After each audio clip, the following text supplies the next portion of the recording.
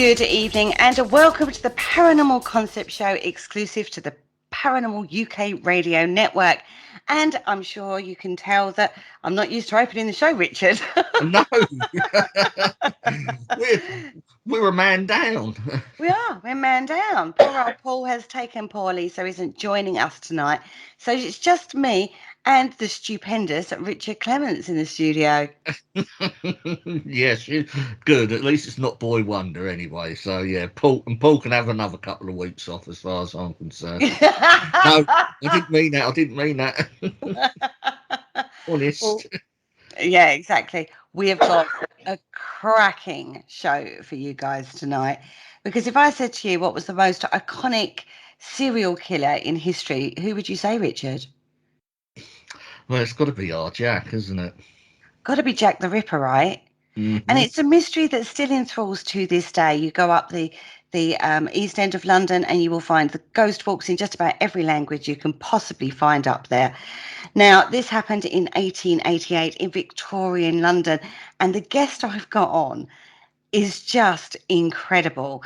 He's lived and breathed this story for, oh gosh, so many years.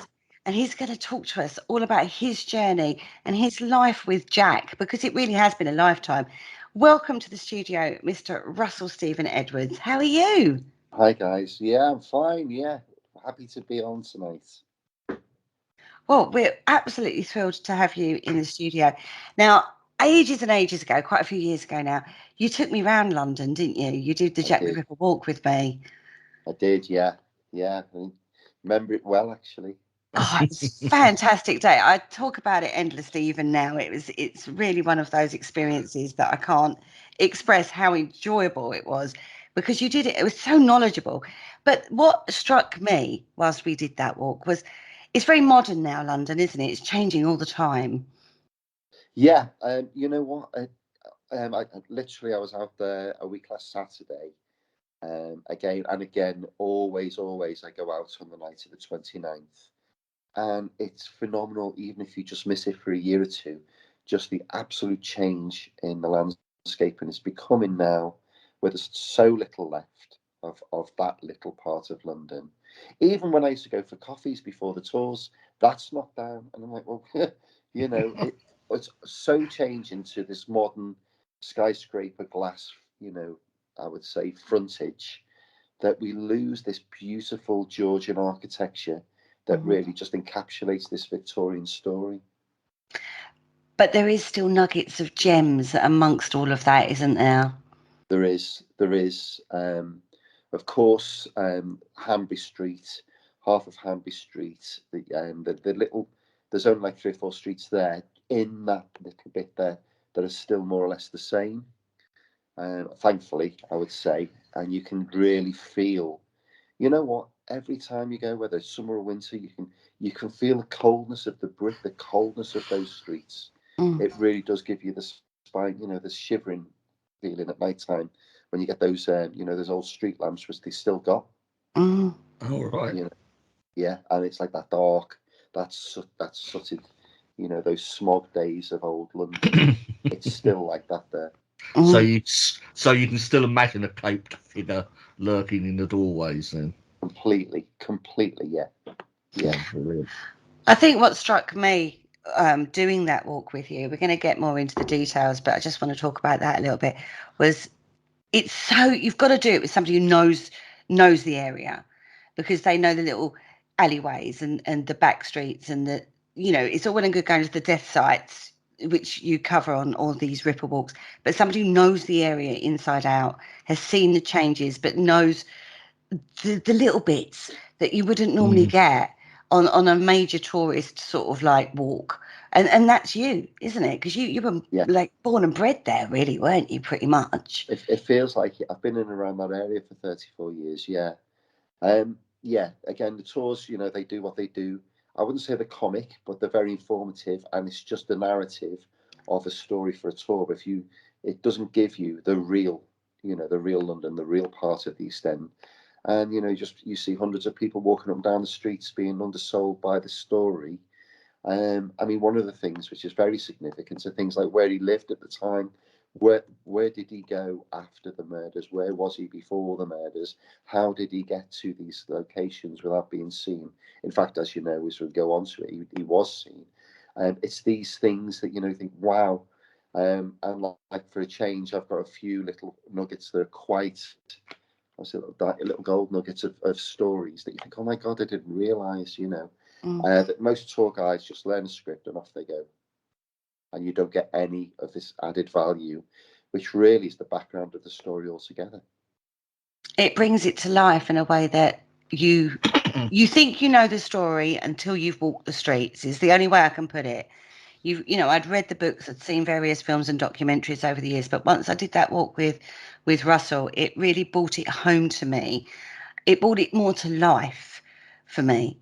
And I just found the whole thing just totally fascinating, and how difficult job the police actually had back then. Well, yeah, well, just remember the police force, the Metropolitan Police Force, and the city for that matter, were in their infancy. Up until 1829, it was the Bow Street Runners. You know, but you know, even Bow Street. You know, most people think Bow Street Runners. You heard of those? It's opposite, virtually diagonally opposite the Royal Opera House in Covent Garden.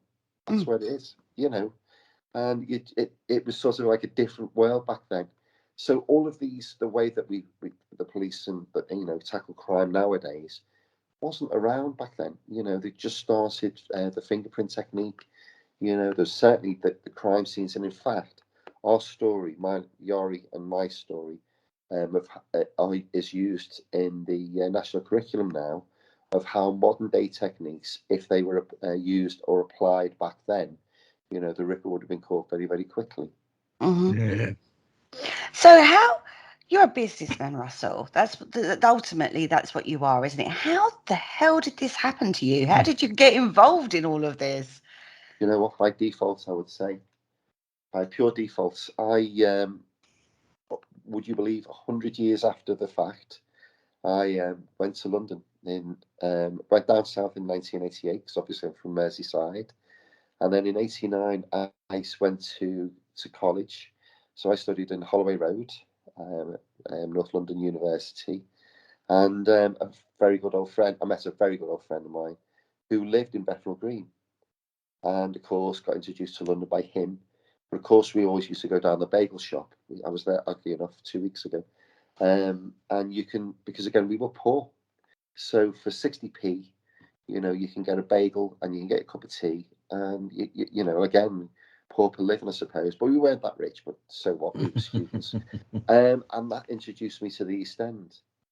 And it was, you know what? It's not now. It's very trendy. Now it's a place to be. Now it's a place to be seen. Even though it's grotty, it's still just rough and ready. And it's that street level rough and ready, I think, which is the attraction it has now. But back when I was there, that was non-existent. It was like very, very seedy. I was telling somebody the other day, you know, I remember the day I first went properly down Brick Lane, and there were pimps and prostitutes standing on street corners. It was quite phenomenal, really. But I never really linked anything. Didn't link the story at all. But what I did do for most of the 90s is we had a very success after I left uni. I had a very successful software company with two people we set it up with, and I used to take all our corporate clients for a curry down Brick Lane because, of course, it's just amazing for me. And then I watched that film From Hell, and then then I was like, well, okay, so East End, and of course, you sort of, when it's not right under your nose, you don't recognise it until you think, okay, where's the 10 bells? So I went on a Ripper tour one Saturday afternoon with the wife I was with at the time, a former wife, who sort of, you know, rolling her eyes in the air saying, Christ, you're dragging me to this.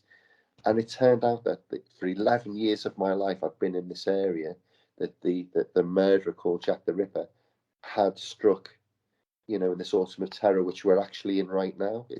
We're right in Ripper season now. Yeah. So it was like, oh my God, I've been here for 11 years.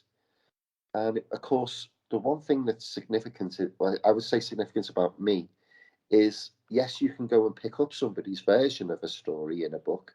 So you pick up a Jack the Ripper book and you go, oh wow, that's amazing. That's that person's version of it. It doesn't say it's the full truth, it's an interpretation. So I thought, well, the first thing I did was call Scotland Yard and asked if it was really true.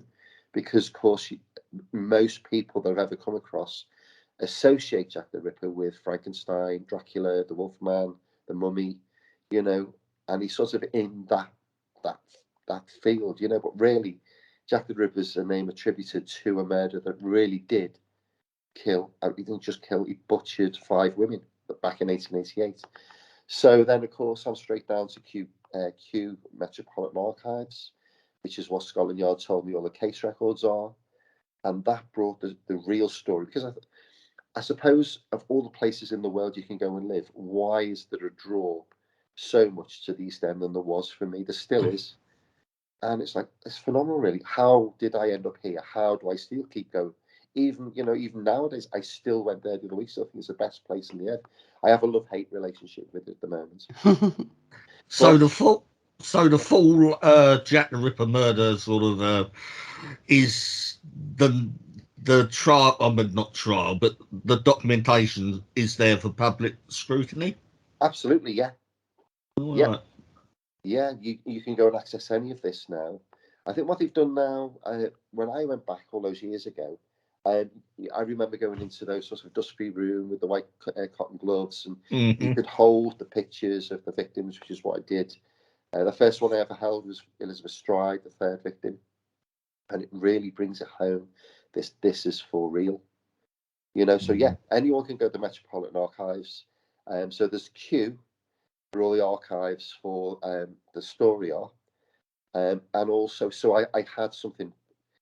You know what? When you sit in a room with lots of people doing research and you're holding a document that's so significant only to you, you want to shout, "Christ, you know what this is, guys?" And that was the.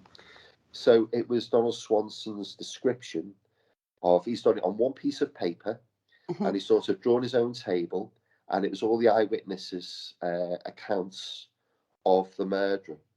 I say eyewitness accounts of the murder, of what people saw, and with the two, the 29th of September, Catherine Eddowes, the 4th victim, and Elizabeth Strides, the eyewitness accounts, virtually, there's I think there's, out of 6, there's 4 matching, and it's in his handwriting, and you can read that. It's that sort of, it brings you into the story. It's hard to describe, but you sort of connect with it rather than just picking up a book and thinking, oh, okay, or going on Google, or I would say Google, going on Wikipedia. I love what people write on Wikipedia about me. It's not true, but it's very interesting, you know. But yeah, you can go to the archives and see the case. Yeah.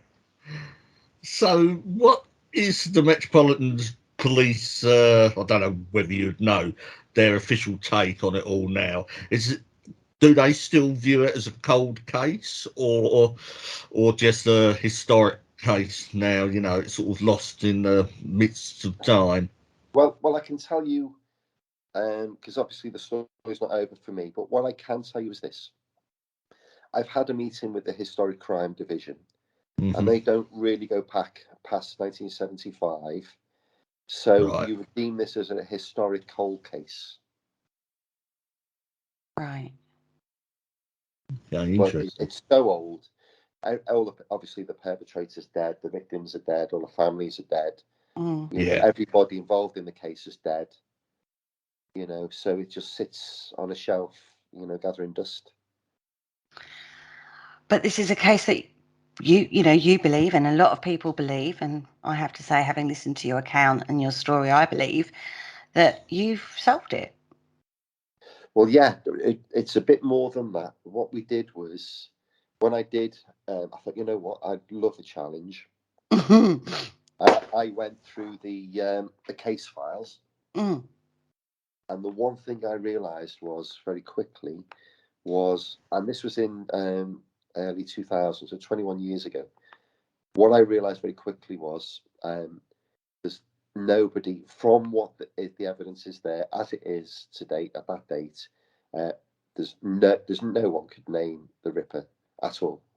You know, there's nothing there other than some excellent police work, and thorough as they could be in that day.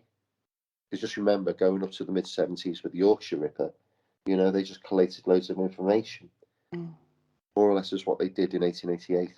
But it wasn't until I got a call saying there was a shawl that was taken, or that was at the fourth murder scene. Did it sort of really spring my interest again? Because I thought, for no one's ever going to solve the Ripper. It's going to be an unsolvable case, an unsolved case, and really forever. Because there is no evidence. There's nothing to link anybody really, other than hearsay, Ripper letters that really aren't written by the murderer, except for one, which we'll come on to. In fact, that letter was received in 2 days' time, as it happens. The From Hell letter. But really, it's just spurious, and it's hearsay, and nothing would stand up in a court of law. So I thought I'd have a look at that shawl. And of course, when I went to see it, it is, there's no two ways about it. There's blood. You can tell there's blood on it. And I thought, what? If I could get that, there might be a possibility. It might not be a possibility, but if there's a chance, it's worth pursuing, and that's what I did. So, yeah. So your friend, so you've looked into the Ripper case. From the case files, you've gone, okay, so this is unsolvable, and Yeah. It was only until your friend phoned you and said, "There's this shawl coming up for sale." Yeah, it was me mum. Yeah, and it's supposed to be the shawl of Catherine Eddowes, right? That's how it started. The Catherine Eddowes shawl. Yeah. And that piqued your interest a little further. Yeah, it was. I think what really spurred me on was my ex-wife saying at the time, "Well, you're not having that." Girls, you should never do this. Never tell a bloke they can't do something, because they will just defy you. So you got to thank them, really. Well, yeah, because I can't kill her. Yeah, so I thought, okay. So we did a thing I would give her the cost of the shawl and the work I'd do. If it didn't come to anything, I'd give her the equal amount. So that really made me more determined. Anyway, so I had to find a reason other than her provenance and other than the purported Catherine Eddowes shawl for a reason to part with such an amount of money that I did to buy that thing. Anyway, I did, and I still have that piece of paper, and that goes back to March 2007. And what it was it had a pattern of Michaelmas daisies on it, and the shawl does have a pattern of Michaelmas daisies on it. And there's 30 newspaper reports the day after the murder saying there was a garment with Michaelmas daisies on it, and green lilies, chintz it was, but it wasn't. It's anyway. So I thought, okay, so what's Michaelmas daisies? Michaelmas daisies are little flowers that come out in September. And then I thought, well, what's Michaelmas? Because that's the only thing I've got. One word, and it is that one word that has changed my life completely from the life I knew. And Michaelmas is an Eastern Orthodox Christian celebration and Western Christian celebration celebrated on two specific days of the year. They are the 29th of September and the 8th of November. And those two dates are where he murdered 3 of his 5 victims.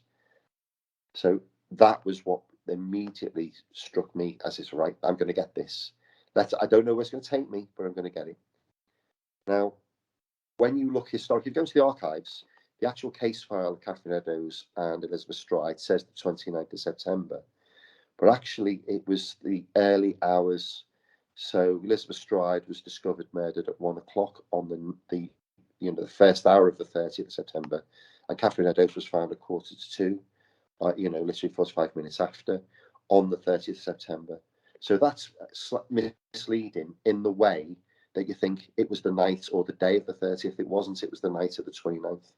And that goes for the 5th victim, Mary Jane Kelly. She was murdered on the night of the 8th of November, going into the early hours of the 9th of November. Mm-hmm. So you can't tell me that Michaelmas connection was, and that also linked to why the shawl was left at the murder scene, which we, again, it was left by, I won't ruin the story because we'll go on chronologically, but it was there to let the world know the date of his next murder, because after the night, so he murdered 4 women inside 4 weeks, 31st of August, 8th of September, and 2 on the 29th, and then he disappeared for 5 weeks. and nobody ever knew why. And then all of a sudden, here's little old me with this Michaelmas connection, linking it together, and the reason why it was because of Michaelmas. That was his connection, and So he you let the feel world know. so you feel he was following some sort of religious practice or sort of Yeah, I looked into this because obviously he was Jewish by origin. yeah. If you go into, as I say, you've got to know the area and know the story, and you're not going to find the full story in the archives or the books. You've got to go out and you've got to do the footwork, really, is what I call Yeah. it. You know, back then, no, I don't know. You know, and right now I will never know unless he stands in front of me and says it was because of this. But that was the connection. And if you go into Christchurch, which is the big church in from hell, right by the 10 bells, if you look just literally at the top of the stairs, they were trying to, what's the word I'm looking for? They were trying to join Jewish Christians together, make that a different religion. It could have had something to do with that, but we will honestly never know the truth. But all we do know is that he associated, the Shaw was obviously important to him, because, you know, if I just, you know, the fact is the Shawl wasn't Catherine Eddowes at all. It was actually his through something I will tell you shortly. But it was significant to him. And because of the pattern on the shawl, that was what he linked. That's what he linked his three of his 5 murders. Now, unfortunately, because of the time that has passed since this has happened, you can't find things like the stressor. They talk about stressors, don't they, that start people off on a rampage. And, you know, you hear about this in behavioural science quite a lot. So a lot of that side of things you can only do, like you can only surmise, can't you? That's a very good point, Kerry. But I've written a paper on this, and we do know a little bit more of his condition, and we also know a little bit more of his past. As you well know, that I'm a therapist. So I studied. I've really looked at this. You know, he was diagnosed. It said mania, but it was schizophrenia that he suffered with. But 2 traumatic events, and I've got this through a very trusted source. One, the traumatic event of his father dying when he was 8. And the other thing is that so I'll go on record today. This is obviously going in the second book, which is what it's written now. And the fact that there's allegations of abuse by his mother, who was the same age as most of the victims, 4 of the 5 victims. So when you look at, you know, maternal abuse in childhood, you know, plus the fact that it must have precipitated his schizophrenia when he was a little bit older, that really warrants his bitter hatred for women. Plus the fact of some sort of, I won't say he was a loner, but he definitely had to be looked after by his brothers, definitely more than Wolf than Isaac. That he was looked after more than, you know, stand on his own 2 feet and thrive on his own. That really the man was mentally ill, and he did have, and we've got this on record through the McNaught memorandum, that, you know, he was known as a misogynist, and he had a bitter hatred of women. Right. So there are threads that you can pick from known facts to build a psychological analysis. Profile. Profile. Yeah, That's the a word. profile. Yeah. And he fits that profile. Do you know what? There's a guy called Thomas Bond who wrote one of the very first ever criminal profiles. Thankfully, I've got the pictures from the archives of his criminal profile.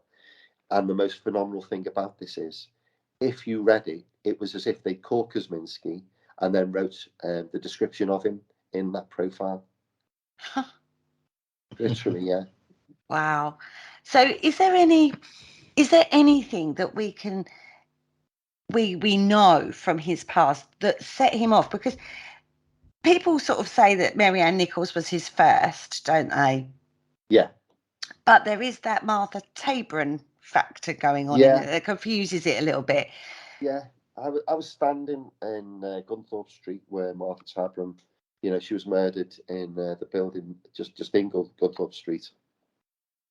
I was standing there 2 weeks ago. I did a live thing the other week, and you know what? When you think about the murders, so there wasn't just these murders. There were 11 murders, 5 attributed to him. But we go to Martha. She was the second acknowledged Whitechapel murder victim. No other victim. So, and they were violent. You know, Emma Smith, who was the first, she was stabbed between her legs with this, like a piece of sharp wood that basically ruptured her perineum. She more or less bled to death. She had peritonitis. But when we get to Martha Tabram, when you look at murders, okay, this, you know, 30 getting stabbed 39 times is very personal. And again, round the genitalia, once in a heart, but enough to kill her. There were 2 blades used, one the size of a penknife, two. There was 37 stab wounds the size of a penknife, and 2 with a sharp, like a bayonet or a sharp knife, which could have been the Lister's type knife. Very personal. 39 stab wounds Martha had. So that was, whoever did that, not just murdered her, but really hated her. You know, you could say it was an ex-lover, you could say it was a scorned lover, but looking at Martha, you know, I don't know. But I've always thought that was his first attempt. Right. I always thought it was 3 weeks after the Ripper murders started anyway. And I do think it was his first attempt. Right. I think there's a lot of people I think the same, but yeah, I think that was his first try. But again, he went from sort of stabbing to ritual. Yeah. Yeah. Yeah. And the trophy taking as well become he evolved, didn't he? You know, they talk about this right. Again with serial killers. They evolve through to become what fits their MO. Their MO. That's it. Yeah. They evolve through to a point, and then that's kind of it. They then stick to that MO, don't they? More or less, you know. It doesn't fit every single serial killer, but more, yes. Yeah, that's absolutely right, yeah. Okay. So, going on that, do we know the stressor that set him off on that? But no. do we? No, we don't. You know what? Who knows? You know, who really knows? There's a great book by a guy called R.D. Laing about the divided self, where families they can actually perpetuate. They can actually instigate an onset of schizophrenia in a member of the family. It could have been many, many things that honestly we will not know. But it was obviously something that really hit home with him. But there is something, and I've written a graphic novel on this, and I've put this in as an idea. So there's things that, again, you've got to really live this story. You've got to know, so the nooks and crannies that people will never get on a 2-hour tour or an hour tour. So on the 4th, was it the 4th? Yeah, so Martha was the 7th of August. 4th of August, the first ever showing of Dr. Jekyll and Mr. Hyde was shown, and it could have been, and that was the Saturday night, it could have been that. Now, Aaron Kuzminski's brother Isaac was doing quite well as a tailor. So I don't know if he took him, I think it was Drury Lane Theatre where that was shown. That great sort of the picture of, the character of Dr. Jekyll turning into Mr. Hyde. But there was also a paupers showing in a theatre near the docks. So it feels like Kuzminski sort of got his inspiration that the madness inside him was the same as Dr. Jekyll and Mr. Hyde. So you can remember Robert Louis Stevenson, who wrote it back in fact, not too long, before all of this. He did go to the asylums and did look at schizophrenics to look at that split personality. So Kuzminski could have, this is only supposition. This is certainly not, the what happened. But all I feel was he could have actually identified with his 2 split characters, and the way that Mr. Hyde went and killed prostitutes and thought, oh, I can go and do that. So, and then 3 days later, Martha Tabram's murdered. Yeah. Well, yeah, it's interesting, sort of like he probably looked at that and thought, oh, I can actually sort of go through with what I feel or whatever, Yeah, because that guy did. Yeah. Sort of like normalise it in a way. Yeah. Yeah, it gives him something to resonate with. Yeah. But we don't know, obviously, but no. I've put that story in a very unique way in a graphic novel where he actually splits and becomes 2 people, and all the way through. it's like a good. It's a bit. I would say it's Jekyll and Hyde at all. What I would say was he identifies with his alter ego, which is just pure evil. Which is the other thing. What I can tell you guys is, over the years of doing this, there's no two ways about it. And I'm on another cold case. This is pure evil. There's nothing. I can't say anything other. This is pure evil. You know, this whole case. Yep. Okay, so we've got this guy who's got schizophrenia. Now, let's have a look at a little talk about them. Nowadays, it's manageable, isn't it? They can treat it; it's manageable. But back then, they didn't have anything, did they? No. So what you would get is lithium. I think over in Europe they just started the lobotomizing. I think it was Switzerland. I think they just started lobotomies just around this time. But no, they really didn't know how to treat this other than, I'll tell you something, in the archives, I went and looked at the mugshots of the asylum where Kuzminski was thrown into, and there's no picture of him, but the mugshots in there, what they used to do to these poor creatures, if you like, was inhumane. Certainly not allowed this, well, we don't know, but certainly not allowed in the way that they did. So the torture, there was this one I saw today where a woman was suffered with schizophrenia, and she was tied with ropes. So she's tied by the neck, so she has to stand up all the time, just staring at the wall. Her arms tied to the wall, and that's all she could do. So trying to understand mental health back then, get a grasp on it. But even today, as a therapist, I can tell you now, schizophrenia is treated more or less with a 6-month injection, because you can't trust schizophrenics to take medication. Yeah. And when they don't do that, they're they're at risk. So no, back then, you just imagine these horrendous asylum. Funny, I watched The Wolfman the other day. That type of the ice cold water torture and all this fascinating insight. You just don't know what they would treat, how they would treat it, because they were just learning themselves back then. You've got to remember, guys, this is Victorian London. This is Victorian England. Conditions were harsh. The conditions in the East End of London at this particular time were awful, weren't they? Yeah. Poverty beyond. I think if you shook a bin and you got all the rubbish at the bottom, that's sort of the East End, if you like. Yeah. Close to the docks, lots of immigration, and back then, huge amounts of Polish immigration. Again, there's other two dynamics that's never really talked about in this case. One is the influx of, I'll say the exodus from Poland, because of, again, when you say to Kuzminski about the pogroms and how they persecuted the Jews in Poland, that so much so they had to leave their home country. There's that. They come to London and there's no work. They have to take anything. They undercut everybody. The huge amounts of anti-Semitism at the time is, another one of the main reasons. And the Gilster Street Graffito gives us that, from Charles Warren's decision to rub off some chalk handwriting, which could have given us a better clue.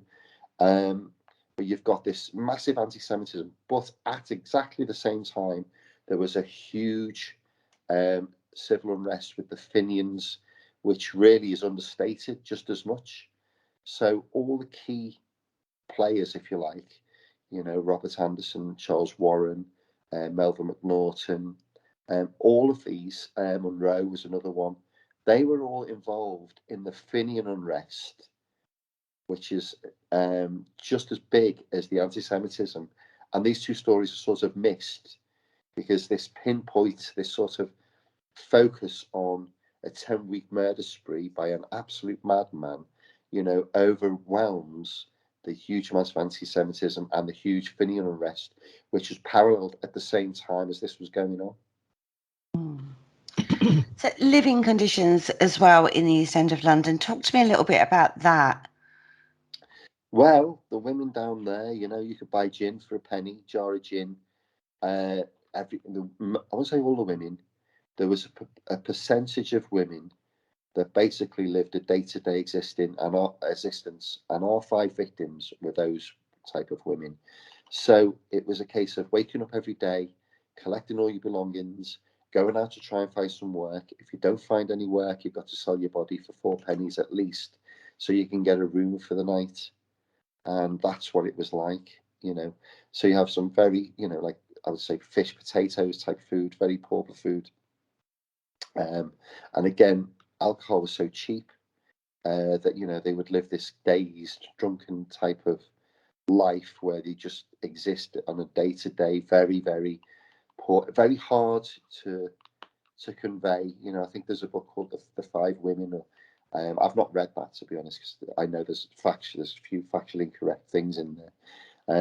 But about trying to describe the conditions of what these women lived at, which was just absolutely terrible. Of course, then you've got the violence. You know, you've got the street gangs bullying the prostitutes.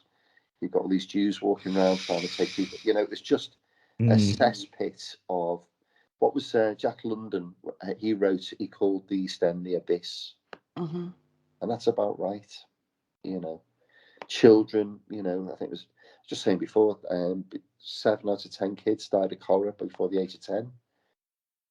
You know, in this area, they were just, you're living with the rats. Now, even when I was there 2 weeks ago, I'm still walking up Gunthorpe Street. I put this in the book that 8 years ago when I wrote this part.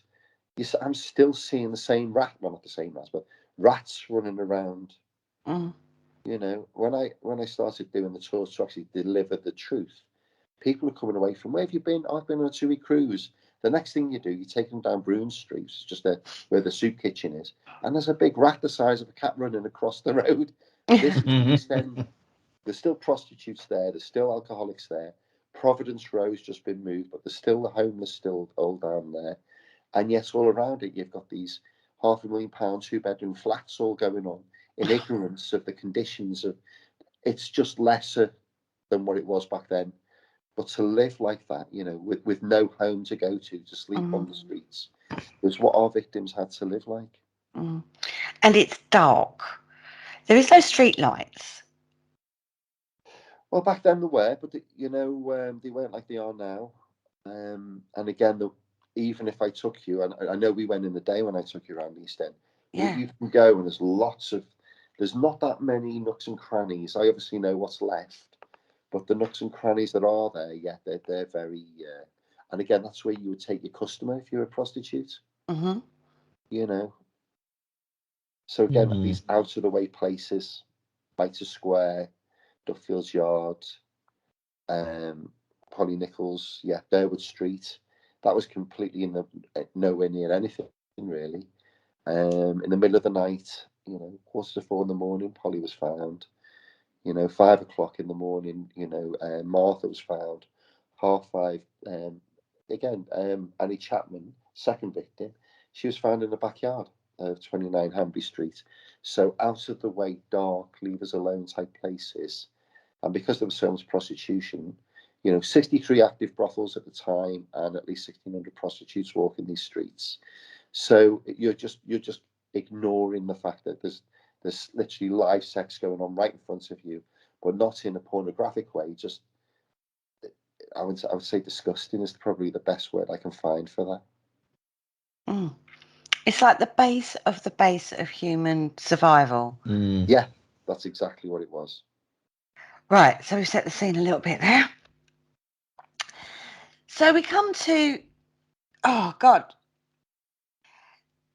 Marianne Nichols, who's, there's 5 that they call the canonical 5, isn't there? Yeah, so like a group, yeah.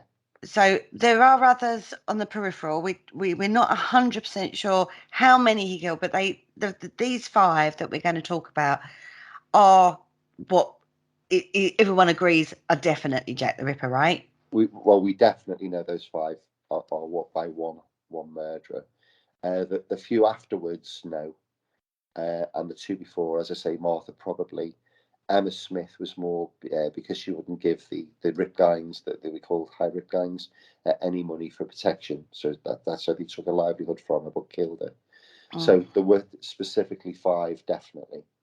Right. Possibly 6. but the 5 that are known as the canonical, I can never say it, canonical. Canonical. Go on, dear. Stumbling over my words. This is kind of where he's finalised his MO. Yeah. So Mary Ann Nichols is the first of those, isn't she? She was, yeah.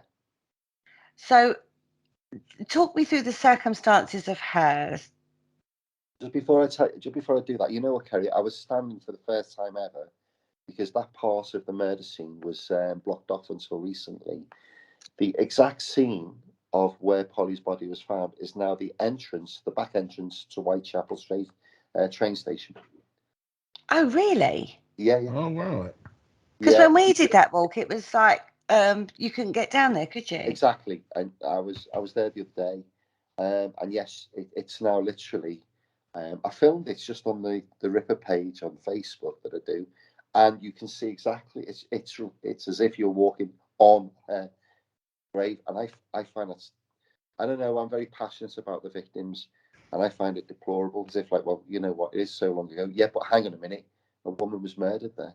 You know, again, that there's so many murders going on in London nowadays, as you know, and it's getting worse. You know, even this policeman, he's just resigned because he said something. What did he say today? Something like there should be more streetwise women. I think you're joking, aren't you?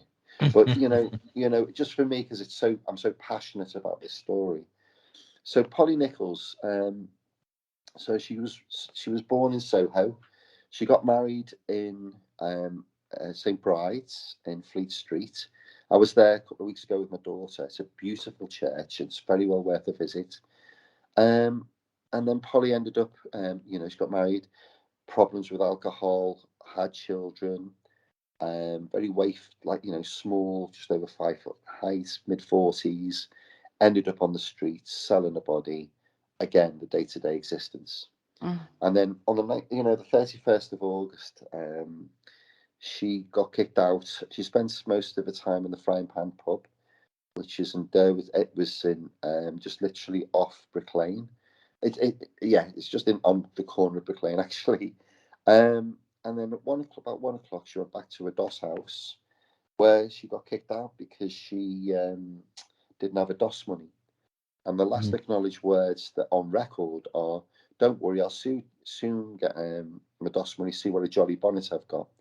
Now, it's interesting that she said she had this brand new black straw bonnet and nobody knew where she got it from. Interestingly enough, Elizabeth Stride was seen wearing a black straw bonnet on the night she was murdered. So there's this theory of markers that they're given presents. So that's the target type thing.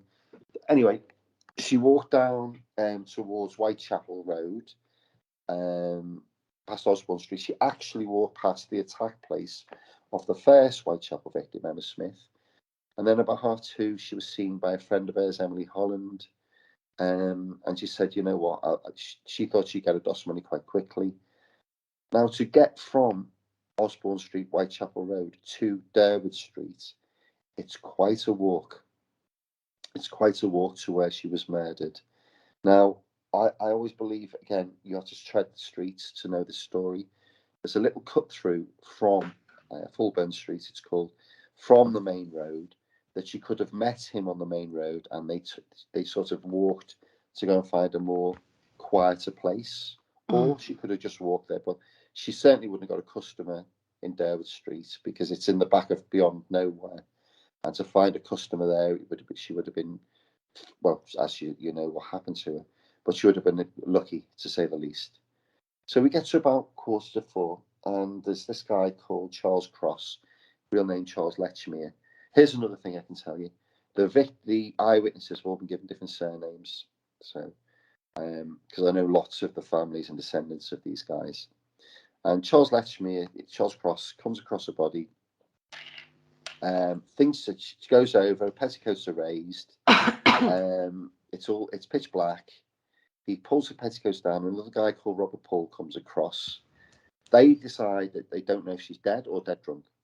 But whatever they go on their way to work and go and look for a police officer. And they find one in Hanbury Street. At the same time, back then, police officers, about a 15-minute patrol, that was their beat. PC Neil came across Polly Nichols, Shoney's bullseye lamp, of which I always have right next to me. I've got one of the original, the Metropolitan Police bullseye lamps. Yeah. And literally, Shoney saw that she was murdered, and got the body removed to the mortuary. And then they found that, throat was cut, 2 very deep slashes, left to right. That's what they think the murderer was left-handed. They're not too sure now. And honestly, her intestines, her bowels were protruding, is the best way to put it. And literally, this is who was she? So she had like a workhouse stamp on her skirt. Anyway, she was identified quite quickly as Polly Nichols, as she was known. She had 5 teeth missing on her upper jaw. Just a very sad story of had a life, and what through circumstance ended up selling a body, and then ended up in Whitechapel and ended up being butchered by this murderer. And that really did cause a stir, but not as much. So they say that the newspapers, the first murder, Polly's murder, only took up about 1/3 of the front page, and just about 2 strips of type in the middle page. Mm. So that was Polly. Had he taken any trophy from Polly?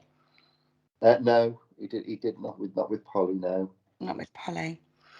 So then he waits a few days, doesn't he? About a week or so. Exactly a week, actually. Yeah. And then he deals with Annie Chapman. Yeah, Annie Chapman. She was known as Dark Annie. Some think because she had a violent temper when she was drunk. Some think that because she had dark hair, but they never know. Now, Annie wasn't well that day, and she was seen in a place called, I keep remembering Brunswick. It's not Brunswick Street. I'll remember the street in a minute. It's opposite the church, Christ Church. And she was seen about 1 o'clock, not well. She went back to the DOS house, got a couple of tablets that she put in an envelope, and she had to go out and earn money for a DOS. And this was coming into the 8th of September, so the week after. And she ended up in Hanbury Street. Now, from where Polly was drinking to Hanbury, the tours are so popular because it really is like a circuit. You could do it you could walk it in under half an hour, the circuits of these murders. They're that close.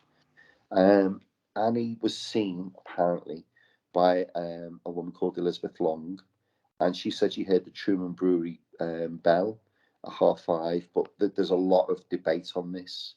There's also the guy next door at 27 Hanbury Street, said he heard a thud against the fence, and he was urinating on the other side. Albert Kadosh, his name was. But the thing is, Annie, again, worse for wear, and she went with this guy in the backyard, because this was 29 Hanbury Street was a known place where you could go in the backyard by prostitutes. That's where they could take their punters. There was about, I don't know, more than a dozen people staying in there at the time. And then about 5:30 in the morning, a guy called John Davis was going to use the outside lav before he went to work. And on the left of the steps was the body of Annie Chapman. And then she was laid out, a bit more Polly was, but more Annie, in a specific way where her legs were stretched apart, her arms out with the palms up, head facing they say facing east, this is, or facing a certain way. But this is where it gets very serious. I would say serious, because that undermines the previous 3 murders. But the atrocities really did kick in here. And he cut a big flap of her abdomen out. He'd taken her intestines, thrown them over his shoulder, and he cut a piece of intestines left over his shoulder. They noticed that Annie's uterus had been taken. Rings were wrenched from her finger. As I say this, it's funny. Every time I try and keep it as not shallow, but as short as I can, because this was a human being that just got completely butchered by this man, and that can't be understated ever, But yeah, and then of course the police were called in. A huge furore went on. Swanson, who was there's Robert Anderson, Donald Swanson. Swanson got put onto the case. Robert Anderson took over. Monroe, all these characters. It's very much like a sea of dizziness until you know the names and what happened. One resigned.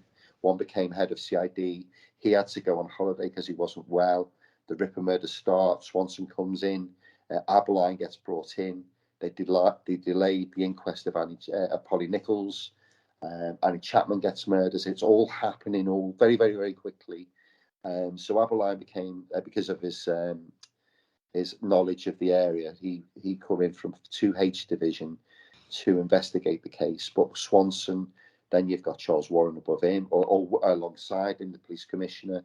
So there's all these characters all interplaying, all the dynamic, all the egos, all the ranks, if you like, all to try and solve this Ripper murder, which then caught, because this was only a week after Polly and 4 weeks after Martha.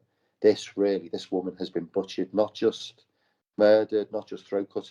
The other thing with Annie that's not really publicly known is it was virtually down to a spine of a neck, and there's evidence he tried to cut her head off. Mm-hmm. So you're starting to see now with Annie, sort of like, like the way she was actually left. There is some sort of like, I don't know whether you call it a ritual or something. It's 100%. Very sort of ritualistic, which, even though you sort of say it was a frenzied attack, and I'm not denying that, I mean, he must have had time. Yeah, more time with Annie, obviously, because he had the backyard. Mm-hmm. But Polly was in the street. More time with Annie. Not that much more, but enough for him to do what he did. Yeah. Do you think he was disturbed with Polly before he could finish? I don't know. We will never know. What we do know is there's a house right next to the yard where Polly, the gates where Polly was murdered, and that woman couldn't sleep that night, and she didn't hear a thing. So it was very quiet. Yeah, but the murder was very quiet. There's no scream, no thud, no running steps, no nothing, no noise. It was silent as a mouse,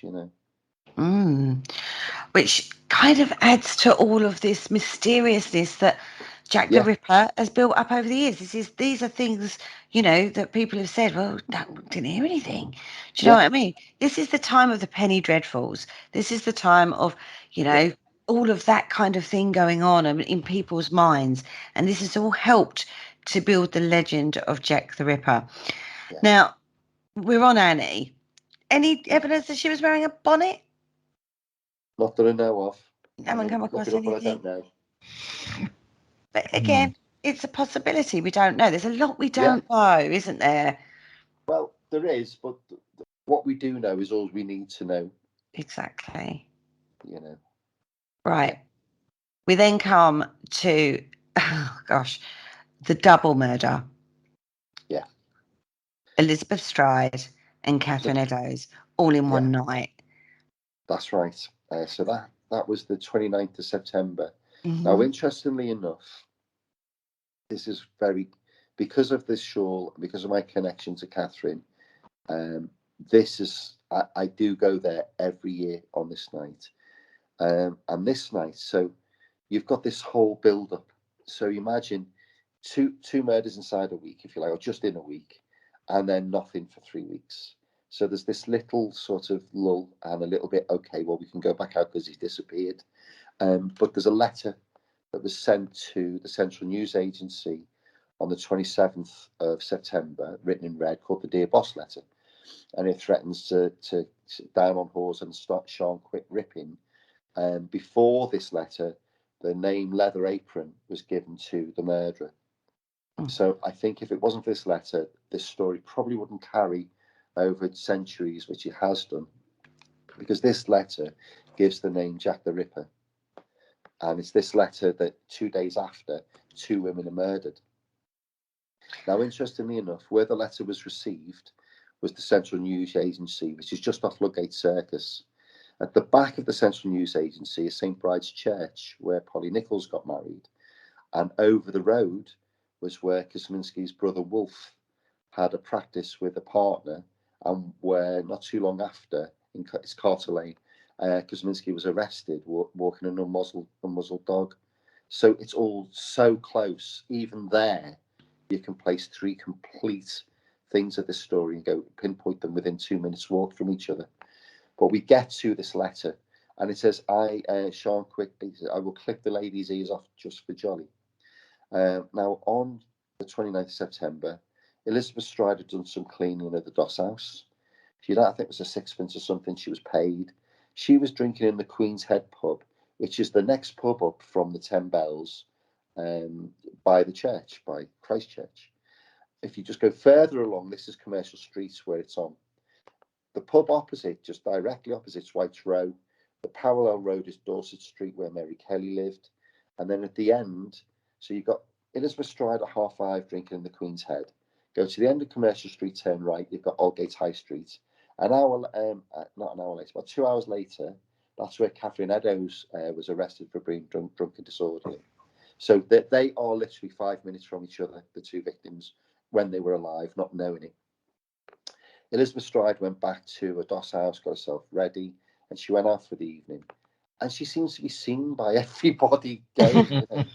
And again, the significance of the murder scene, and I did this live a few weeks ago, and I've done this with you, Kerry, so you know, is I know where he was, where he lived at the time, which is very significant for these two murders. So it's a little bit, it's Mile End Old Town, it's streets away from the two main murders, if you like. But really, sort of, they're all looking in one area. And he went to go, he had to kill on the 29th for the reason of Michaelmas, but we don't know the connection entirely for him. Why did he do it? But it was the Michaelmas night. And so Elizabeth Stride's seen wearing a flower. She's seen apparently buying grapes from a guy called Matthew Packer in Berners Street. Now, Greenfield Street is what it's called. It's Greenville Road now.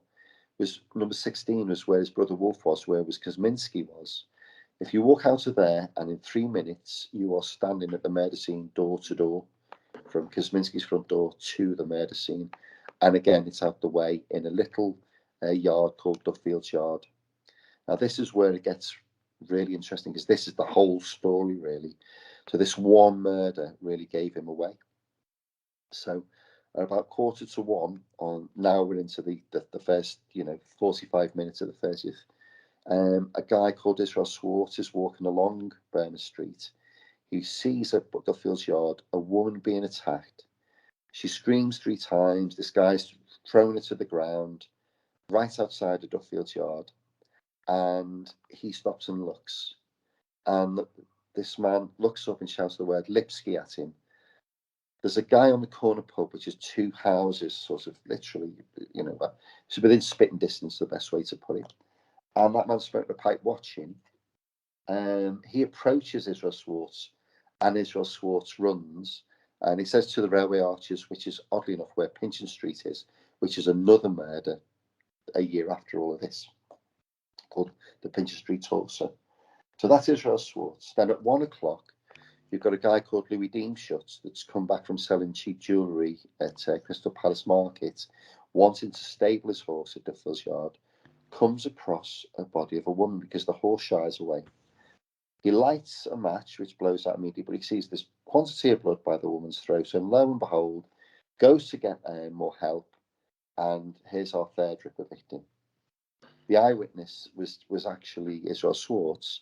He was interviewed by Robert Anderson, did the interview, and it was this one where he got the perfect, or was it Donald Swanson? Sorry, and he got the perfect identification. So I stood on the street where Israel Swartz stood, and I stood where the murderer stood 2 weeks ago. And you could literally see the whites of your eyes. The road is that narrow. So he got a perfect description. On that note, we've actually come to the end of the first half. Lovely. Perfect kind of moment, cliffhanger moment. I need a duff there. We're going to take a quick break. When we come back, we're going to continue to explore this fascinating story. We'll be right back after this.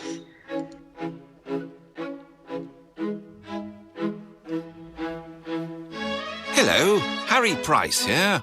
If there's nothing me and my friends enjoy more here on the other side, it is to sit back and relax and listen to the Paranormal Concept Show, right here on the PAUK Radio Network.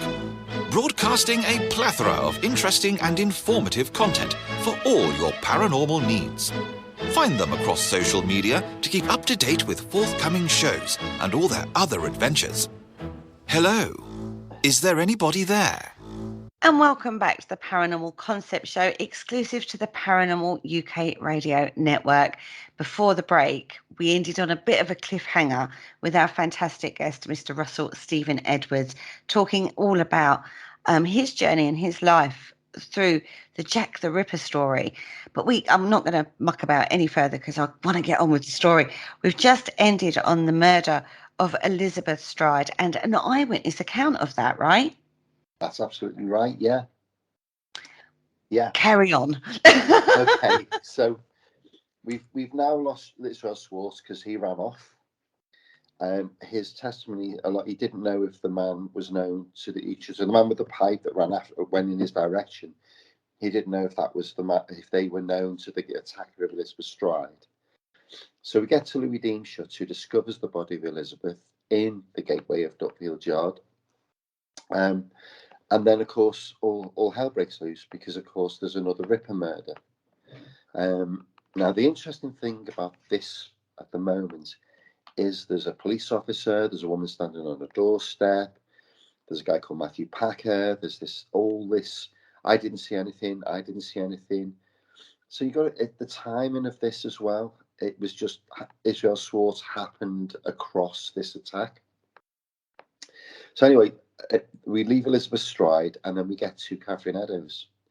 Now, the interesting thing is there's enough time from the murder of Elizabeth Stride to the murder of Catherine Eddowes for him, if he wanted to, he could have gone back home. Nobody really discusses this, but there's a few differences in what the fourth, the eyewitness, which was Joseph Lavender, said about the man he saw with Catherine Eddowes just before she was murdered. Kuzminski had more than enough time to go home and get changed. So if you think about it, the world thinks he was never discovered. And all you think of Jack the Ripper is the top hat and tails, Gladstone bag, sharp knife. Mm-hmm. However, but if you're going out to murder women and you're wearing different disguises, it sort of makes sense, you know?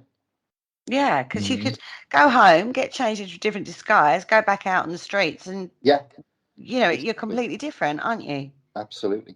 Now the thing is, if you've got to cross over Corporation Road, which is one of the main thoroughfares into the East End from the east of England back historically, so he would have caught it. He would have attracted attention, but he could have gone the back way to Mitre Square.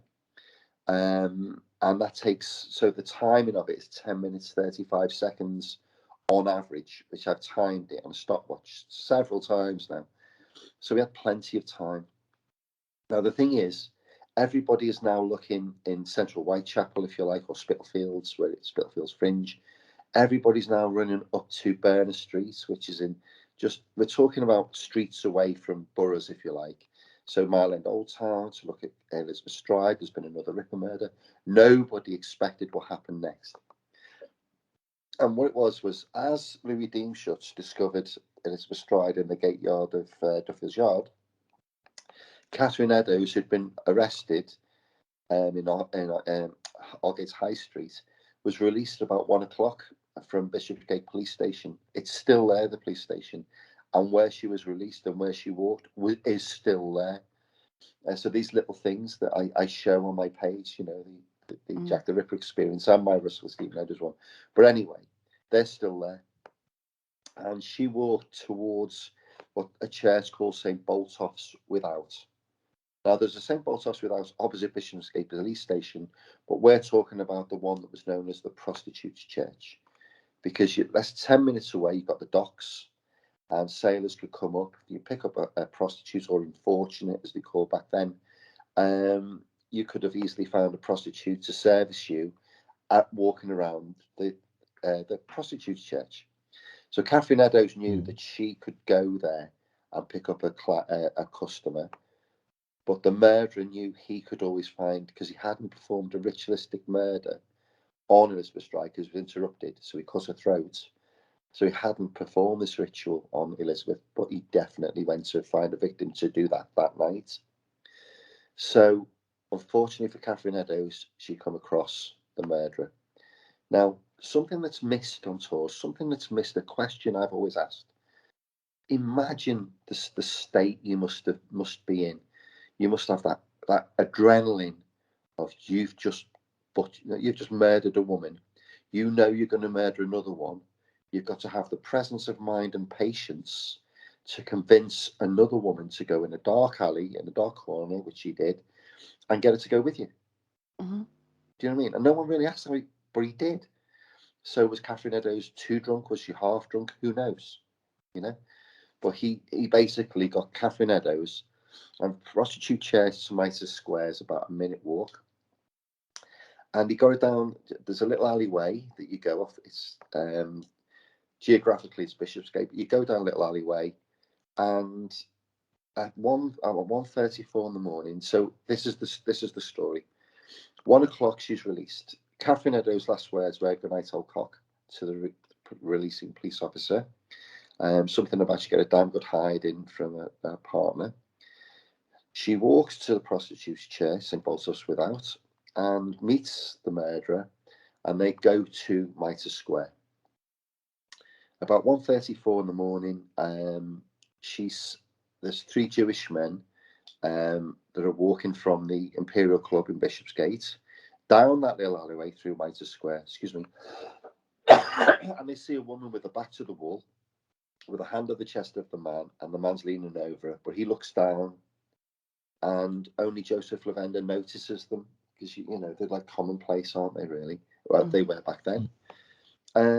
And Joseph Lavender's testimony in Catherine Eddowes' inquest was, "I do not know if I would recognise that man again." Only him and only Israel Schwartz ever saw the murderer, that close, if you like. There's other ones, but they're all sorts of conflicting. Anyway, at 1:30, so 5 minutes before, PC Watkins, his patrol was Mitre Square, so he walked around, nothing going on. Then at 1:45, PC Watkins walks into Mitre Square again. Again, think of this cobbled, very dark, dimly lit place, and he finds a woman butchered in the corner, which then became known as Ripper's Corner, and it was Catherine Eddowes. Now, again, the alarms were raised, the alert, the whole furor. So you've got 2 murders. Now, just over the boundary is the City of London. So this murder actually happened in the City of London, but you're talking of just over a street.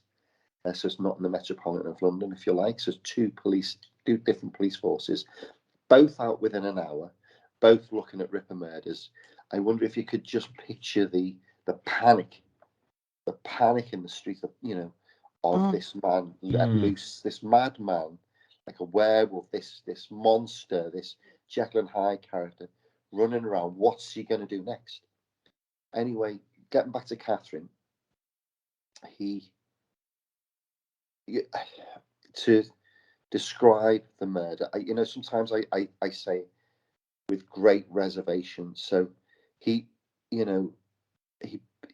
things like he cut her eyelids off, cut one of her ears off, cut her nose off, blanched her lips, cut her breasts out, cut her throat, ripped her sternum open to a private's, pulled out her intestines, put it over his shoulder, took a kidney and a uterus with him.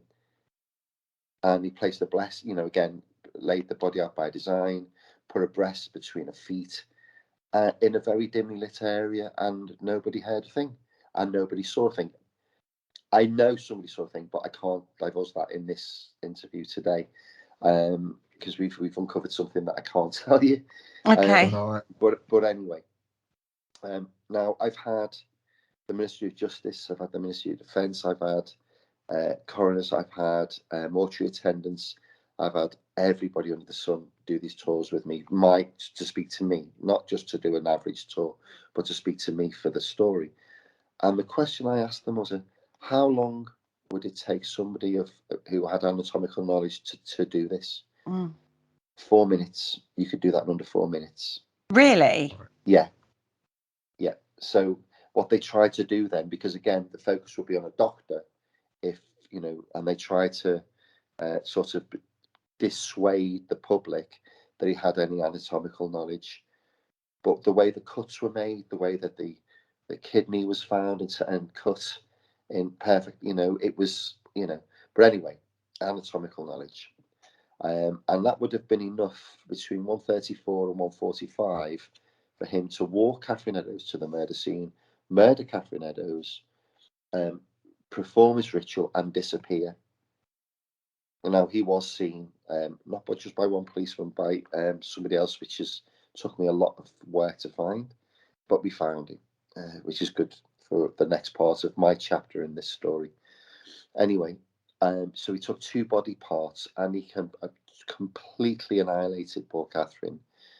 The pictures that exist are horrendous. They really are. And I know quite a lot of Catherine's descendants, not just her descendants, but her family. And, you know, it's hard to describe that that's your ancestor, or that's your, you know, great auntie, or you know, to see what happened to them, it's hideous.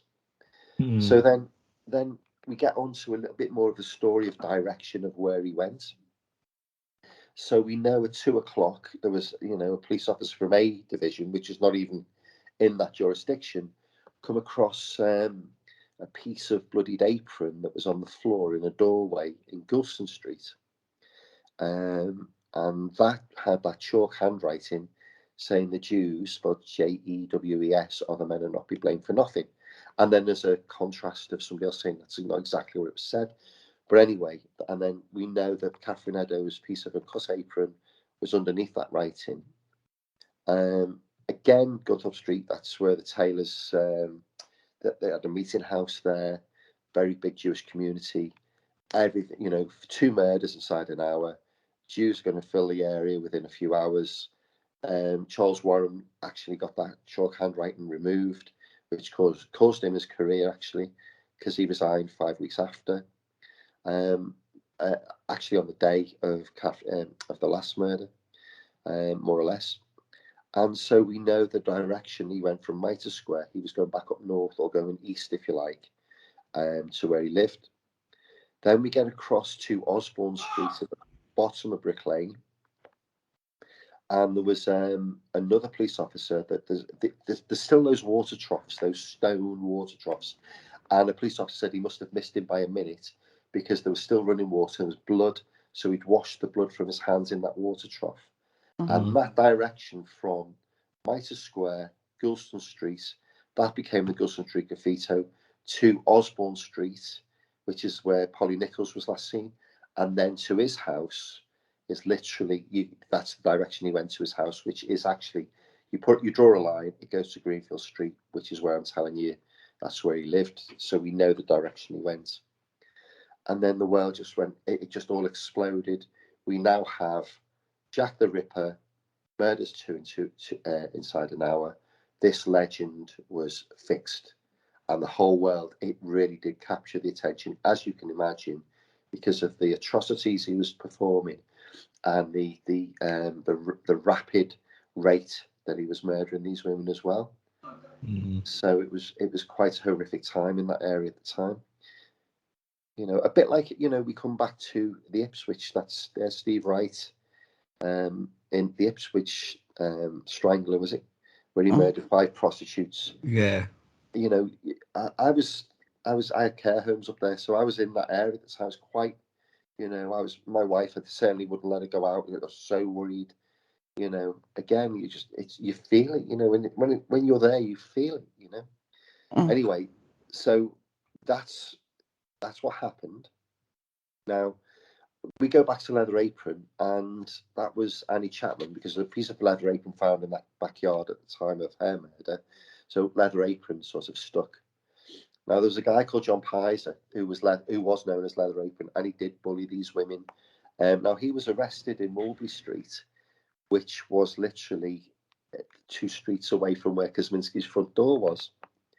And it's sort of like they were that close when they arrested Pizer, who they let go. not knowing that literally round the corner the real murderer lived. So you've got these sort of, you're close, but you don't realise how close you are to finding him. So then all of a sudden we then have 5 weeks of nothing. He completely goes to ground, except for the 16th of October, which is when the head of the Vigilance Committee, so there was traders and just general folk trying to keep these streets safe for these women who were living in these rancid conditions. And it was George Lusk who received this letter that was from hell, not signed by Jack the Ripper, which all the other Ripper letters were. So they knew they were all false. The Dear Boss letter we knew it was a reporter, and the police knew who it was. Anyway, but the thing is that came with that from hell letter was half a kidney. That half kidney was always thought to have been of Catherine Eddowes, and more than likely was. But again, it was sent over to Dr. Openshaw at the Royal Hospital in Whitechapel, and obviously it just degraded, and they never really knew. But it was sent with half a kidney. Again, it's sort of like it's a beast now. There's not just a mad. It's like, you know, you say madman, you think insane, you think, but it's worse than that. There's like an evil beast that's doing this, you know, and he's still being able to function in society. So again, one of the things about serial killers is when you look at the Green River Killer, you look at BTK, you look at the Yorkshire Ripper, these people fit in. I'm doing another cold case right now, and I was up in Bradford, and I went to Peter Sutcliffe's house, and it's so regular and normal that, you know what, there's no way you could tell. So when we get to the character of Kuzminski, you know, there's no way you could tell at this time it was him, you know, and that's the thing. They blend in. They don't. That's the problem. They blend in, you know. The amount of times when you look at some of them and they're classed as charming, nice. Yeah. People can't believe that that's them, even though there's proof. You know, when you start looking at serial murderers, it's crazy, isn't it? You know, what was it, Ted Bundy was a particular one, yeah. Yeah, they look, you know, people are like, nah, not him. And God, how many women did he kill? So yeah, they do tend to fit into society. And it sounds, as you're talking, I'm seeing him going in and out of psychosis, you know, committing the murder under psychosis and then coming round to his like normal self almost. Yeah. And then functioning and then getting into this psychosis again and going into it. It's just horrendous, absolutely horrendous. Yeah. And to some degree, his mental well-being is not, he's kind of not to blame because his mental state is not right. Well, that's right. And again, if you look at Thomas Bond's criminal profile, you'll see that it says his family know and they're protecting him. That's more or less what was happening. You know. So, do you believe that people did actually know at the time? I would say his brothers definitely did. The Right. interesting points, again, what I've done is really, I've researched the story from primary research material, and it's taken years. Yeah. But, you know, I've always asked this question. This is not a conclusion. This is just a question. The man smoking the pipe, watching Kuzminski attacking Elizabeth Stride, was he a lookout? Was it his brother that basically allowed him out to do it and kept nicks for him and then literally took him home afterwards? But we don't know. We don't know if he was linked to the murder or not. But who was his caretaker? Who looked after Kuzminski? You know, I will tell you just one thing before we go any further. When you look at the asylum records for Kuzminski, there's a 20-year gap from when he was really incarcerated to there's the proper case files of his asylum files, which I have. But there's a 20-year gap. Who knows what went on in that time with him? You know. So, and he must have. But you also these are brutal murders. There's a lot of blood around. Yeah. So whoever did it, would surely be covered with blood.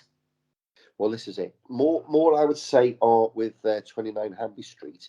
He came out the front door, couldn't go out the back way, could not get anywhere at the backyard of Hanby Street. and he would have been covered in blood. There was a tap in the backyard, but how did he get away? Again, I've been there 5:30 on the 8th of September. It's like going like daybreak. People are going to work, you know. What I can tell you, if we go back then, there were a lot less people. Well, I say less people. When you're going out in the middle of the night, it really is dead silence. Whitechapel has this thing where the second the city goes to sleep, the streets become very cold and very, very ominous is a very good word for that. Yeah, ominous, dark. That's what it would have been like, you know. It's just by happenstance these victims were there, and happenstance at that time, and happenstance that the two key witnesses were there as well. You know, he's taken an incredible risk to do what he did. You know, so we get past the 16th of October, and then there's a few things, but nothing of any significance, and then we get to the 8th of November. Now, this is also confirms the Michaelmas link, which is again, it's been right under everybody's nose since that day, and it took me on my own to put that together. And it's because I did that was why I got the name Kuzminski. And I wasn't given the name Kuzminski by somebody in the pub. I was given the name Kuzminski by Scotland Yard. Because when I actually found out the Shaw's provenance, the history of it, it was in Scotland Yard for 10 years. But they give it back to the original owner, who was a descendant of the acting sergeant who was on duty just around the corner in Mitre Square on the night of Catherine Eddowes' murder. And when I told him about this, the link between the Michaelmas daisies, the Michaelmas and the dates, he was blown away. And he said, well, I don't even know why these tours exist, why this enigma exists. Scotland Yard, they've always known who Jack the Ripper was. And he just told me outright it was Aaron Kuzminski. The head people, the head Robert Anderson, Donald Swanson, in the lighter side of my life, in the memoirs of the guy in charge, they said they knew who the murderer was. They said they knew who the Ripper letter, the Jack the Ripper letter was, who wrote it. And then there's this thing called the marginalia. So in that marginalia, in that copy of the memoirs of the guy in charge, was the second guy in charge. And in that it says Kuzminski was the suspect. He was identified. And he was identified, but the witness wouldn't testify, which I'll come on to. So they always knew. They've always known. It's just like, well, go and make it a parody, which is what I find these tours are, of this story, and live on the fact that, you're trying to make this enigmatic Victorian era exist. I can tell you now, as I say, there's only tiny pockets of Whitechapel that exist that are left, and it's just, in a way, I have always felt I should have done this at the beginning with my tours. There should have been a charity. Nobody should profit from this anymore, and all of the tour proceeds should be given to, I think, like Refuge or the Whitechapel Society or the Spitalfields Trust to put the money back into the area for those that need it. Because all you've got now is these guys perpetuating this myth, love having a pop at me. And really, they shouldn't be earning all this money and going to live their lifestyle. That money should all go to charity to look after people in the area that need it. So there's my little statement. Your little niggle. Yeah. So we get to the 16th of October, and then we get to the night of the 8th of November. So the first 4 victims were in the 40s. The 5th victim was 25. Now, the reason why she became the 5th victim, because, of course, it was too risky for him to go out on the streets now. Anyone shouting, there's the Ripper, he got beaten up on sight. So he had to go out and do his last murder, which is the last day of Michaelmas. And that was the night of the 8th. Now, Mary Jane Kelly, had been living in a room, Miller's Court, 13 Miller's Court, which is just this little alleyway off Dorset Street, which is a very rough and ready street. No longer there. It's now a corporate building now. And she discussed with her partner, who actually left her in the August because he lost his job and she had to go out and sell her body so they could just survive. So she was basically on her own. She was seen going out on the night of the 8th. pub at obviously there's lots and lots of pubs back then, and again in this area, and the beer was cheap, hence the prostitutes and the business. She was seen going into a pub at the bottom of Dorset Street called the Horn of Plenty. She was seen in the top of the Britannia, which was called the Ringers, which is more where the prostitutes went. She was seen in the 10 Bells. But on the way back, going into the early hours of the 9th, she was seen, what was his name? She was seen by an eyewitness, Hutchinson, I think his name was. But anyway, I always forget this name of this guy because he was too fishy, and I'll tell you why. So she saw Mary Kelly walking back to her DOS house, going through Commercial Street, and this George Hutchinson, I think, he sort of stooped down to look at this guy she was with, and he sort of glared at him. And this guy followed Mary and this fella and stayed outside their room for a good half hour. And I just don't believe that. Anyway, so Mary was seen dead drunk, and another eyewitness saw her with a man who was described as having carroty moustache, a blotchy complexion, and Mary Jane Kelly was seen very worse for wear as dead drunk. About in the early hours, about 3 a.m, a lady that was in 20 Miller's Court heard a faint cry of murder. And again, she didn't do anything about it. And then we get to the morning of the 9th of November. This is the day of the Lord Mayor's show. It still goes on. It's gone on for 250 years. I know, tell my kids it's a traditional praise of London and the history of London. It's amazing. Anyway, so we've got John McCarthy, who's Mary Kelly's landlord, has just told his one of his assistants to go and knock on Mary Kelly's door to get the back rent. She owned quite a lot of rents, and they wanted some money. So this guy goes around and knocks on the door, and there's no answer. But the side window around the corner had a broken window pane. So he looked inside and pulled the curtain back and saw, still that lives with me today, the image that really should be shown to the world. Jack the Ripper is not Dracula and all this fake stuff. This man was a complete monster.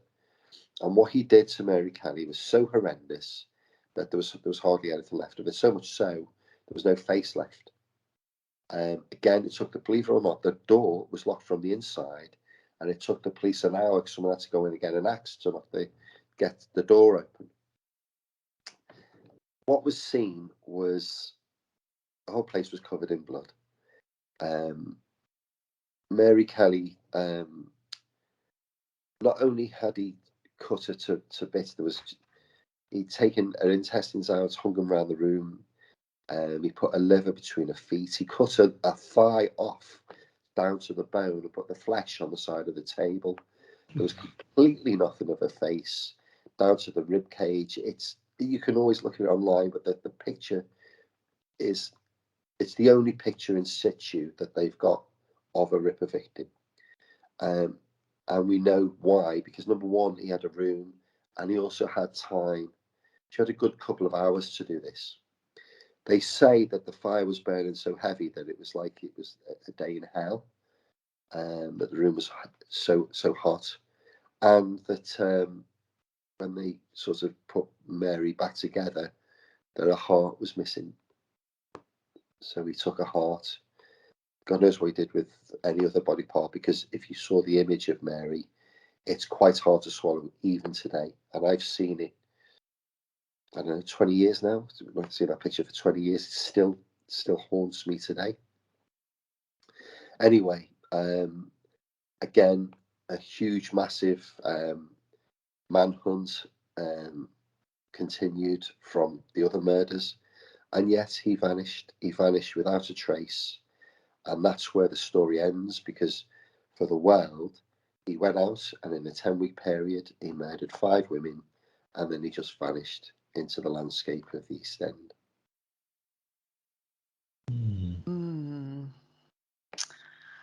And that is why the legend persists, really. Yeah, persists to this day and still fascinates. You can see why. You can understand why. It's a very evocative period of time. and the horrendousness of the murders captures, unfortunately, the macabre's imagination, doesn't it, in people. So we come to Catherine Eddowes' Shawl. That then all of a sudden you've managed to get your grubby little mitts on at an auction. I did, yeah. So it was my mum who called me to say, "Are you aware that there's a shawl for sale that was taken from one of the Ripper scenes?" And of course, I wasn't aware of it. It did get national press coverage, and it was on the news. So it was in an auction house that was only 20 minutes from where I lived at the time. And again, put the Michaelmas link to it, went to see it, and I thought it was going to go for a fortune, and I thought it was a six-figure amount.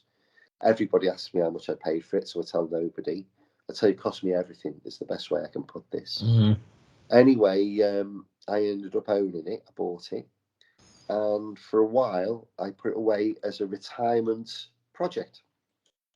And I thought, you know what? When I had care homes at the time, I had a lot of staff, just had a little son. I was busy being a family man, creating a home, creating a business, and all of this. So it just stayed in the side. But again, I don't know what it's like. It just sort of niggles at you, and you sit there and think, and then you start looking it up. And again, I learned to be a primary researcher through uni. I've done 10 years at uni now. Got so many qualifications, I forget half the time what I've got. So anyway, I took her up in earnest in 2008. And what I have got is everything I've ever done on this document. Every piece of paper I've kept everything. So I've even got my first day and what I did on that first day. So I had the name Kuzminski given to me by Scotland Yard. I had the shawl and I had the link of Michaelmas, and that's where it started. And again, there was a couple who are very good friends of mine who've also got a tiny bit of shawl because they know the previous owner, and they always sort of fronted it for me. So I was in the background. I did not want any attention, and those guys have really looked after me for that. So they, got the attention, and I was fine with that. Anyway, so I needed to find a DNA specialist. Now, I'm not a scientist, and I've learned a lot of this for the last 10 years. So I got asked to do a documentary, and it was about a guy called Frederick Bailey Deeming. He used to live in Birkenhead, and that's where I'm from. So it's a link. It's like this incredible link I've got with 4 Ripper suspects, all to my hometown, including the Walter Sickert. Is another one. And Tumblety. So yeah, I've got these links. Oh, and James Maybrick, 4 of the Ripper suspects. Very. I actually live 10 minutes away from where James Maybrick's buried right now. Anyway, so sorry, could I just interrupt? Yeah. The minute you got your hands on it, how did it feel? How did it make you feel? Did you? Because it seems at this moment in time, I'm saying there's a lot of threads coming at you that you've not actually asked for, not particularly gone out, and you've done a dabble. Do you know what I mean? But nothing more than most people have done. Yeah. Who are interested in it. But these things are coming at you, and you've got these links coming through, and now you've got the shawl in front of you. It's yours. Yeah. How did it make you feel at that moment? That's a very good question. In fact, I'm looking at the piece of furniture right now that I laid the shawl on for the very first time. It's massive. It's about 7.5 foot long and about 2.5 foot wide, this thing. And it's silk. I looked at it and you can't get over the fact of the blood. And it was the what if. What if this was real? What if this was at the murder scene? It was something that I really thought it would be a great challenge to have a go at. Didn't have too much emotional attachment. I have now. Yeah. Too much emotional attachment to it. There's a funny story about me selling the shawl for £3 million. I really liked that one when that came out in the press. And I remember the Sun coming out with Jackpot the Ripper. I thought that was really great. Some guy reckoned he could get $5 million for it. I said, go on then. I knew he wouldn't. This shawl will go to a museum, or the shawl's definitely going to my children. But it was funny. Anyway, no, I didn't have that. Back then, it just did. I thought, you know what if? Because we didn't know at the time at all, other than it could be linked to Catherine Eddowes. And that's where the story changes. So I took part in this documentary only because trust me, I know this from the second case, the cold case I'm doing. You go and find specialists, and they either want a lot of money or they'll help you in 6 months to a year's time. Yeah. And you are basically... Yeah, sounds about right, yeah. Oh, by the way, a Banksy's just sold. That one that just right now, the Banksy Love is in the Bin sells for 16 million quid. The other one went through the shredder. So yeah, that one, the Banksy that was on the house in Whitechapel, is worth a fortune. Anyway.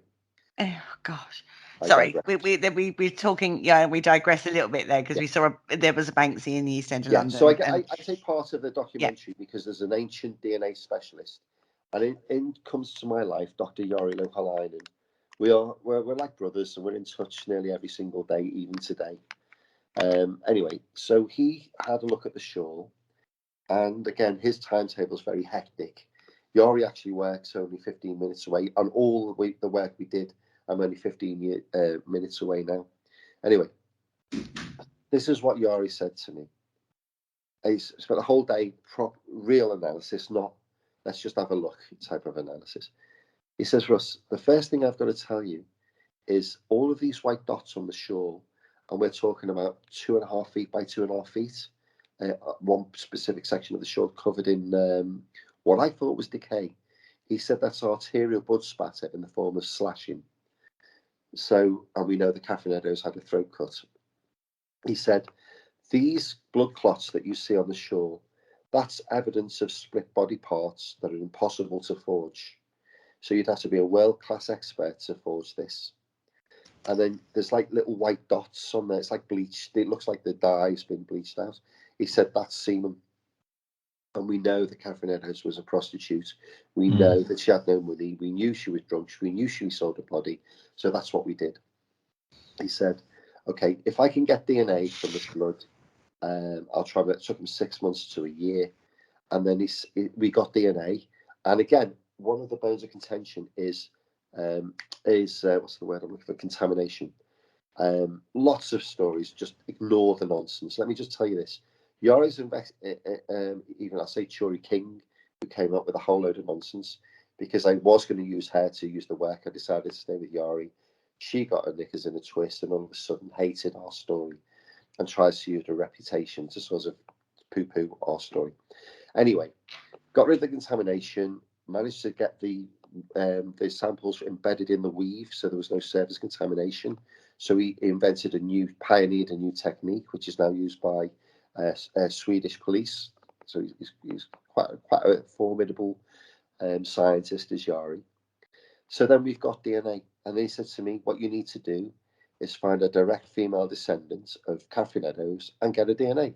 Well, long story short, we did. We're now lifelong friends, and she gave me a sample of her DNA. Another 6 months rolls by, and Yari gets me to, I used to live in London, gets me up to Liverpool and sits me in front of a computer and shows me a direct DNA match with the blood spatter that was on the Shawl with the direct descendants of Catherine Eddowes. So we knew that Shawl was at the murder scene. So there's, well, yeah, considering you can convict on that sort of evidence now, can't you? I mean, well, it gets better. Something. It gets better. So I only wanted to prove that it was at the murder scene, that it was the Eddowes Shawl. Anyway, my agent at the time, well, he's still my agent, so says to me, that won't be enough. There's so many people that are against this story being solved that they'll it's cutthroat industry. Excuse the pun. So he says, you've got to go further. So we tried to date the Shawl, and we have. So we did that through mass spectrometry, and we did this through an absorption analysis. And in that, we found that there was another scientist that Yori knows. And he said to me, you know what, the fascinating things are, this is pure silk. This is expensive. A street prostitute, if she owned it, she can afford it. She wasn't robbed it. She would have been found and it would have been given back. She definitely would have been able to buy it. Catherine Eddowes' partner had to pawn his boots the day before Catherine was murdered, just so they could get a night's doss, a pair of them. You would think that if she had owned it, they would have pawned that rather than his boots. Absolutely.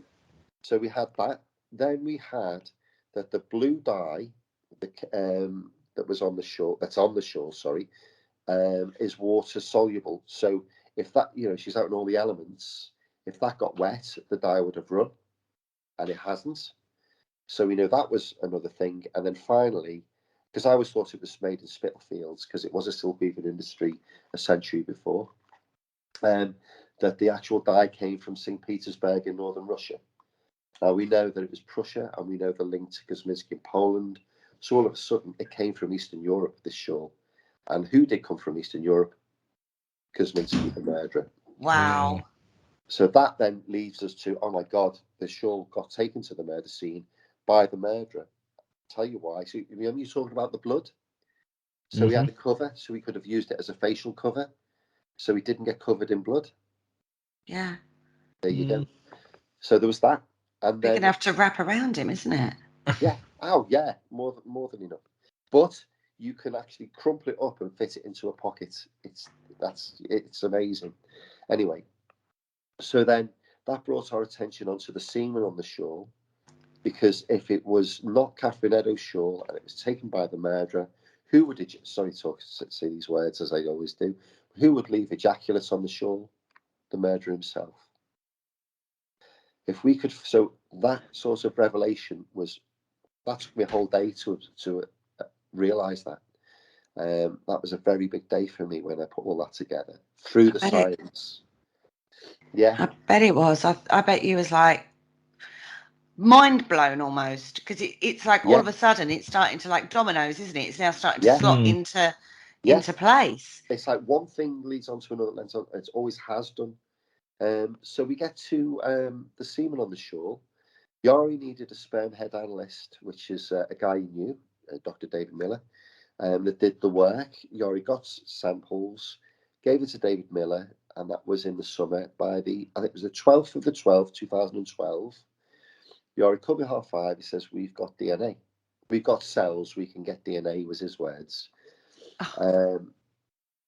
Phenomenal. This phenomenal journey I've been on. It's portrayed in the book that I've written, The Naming Jack the Ripper, but what a journey, a lifetime experience, second to none, I found. Anyway, so then again, back to, we need to get some DNA from the murderer to match it, or to see if we can match it. I approached the United Synagogue, told them the story I've just told you in a lot less time, and he was blown away. And he said, "Leave it with me. We'll try and get you permission to exhume Aaron Kuzminski."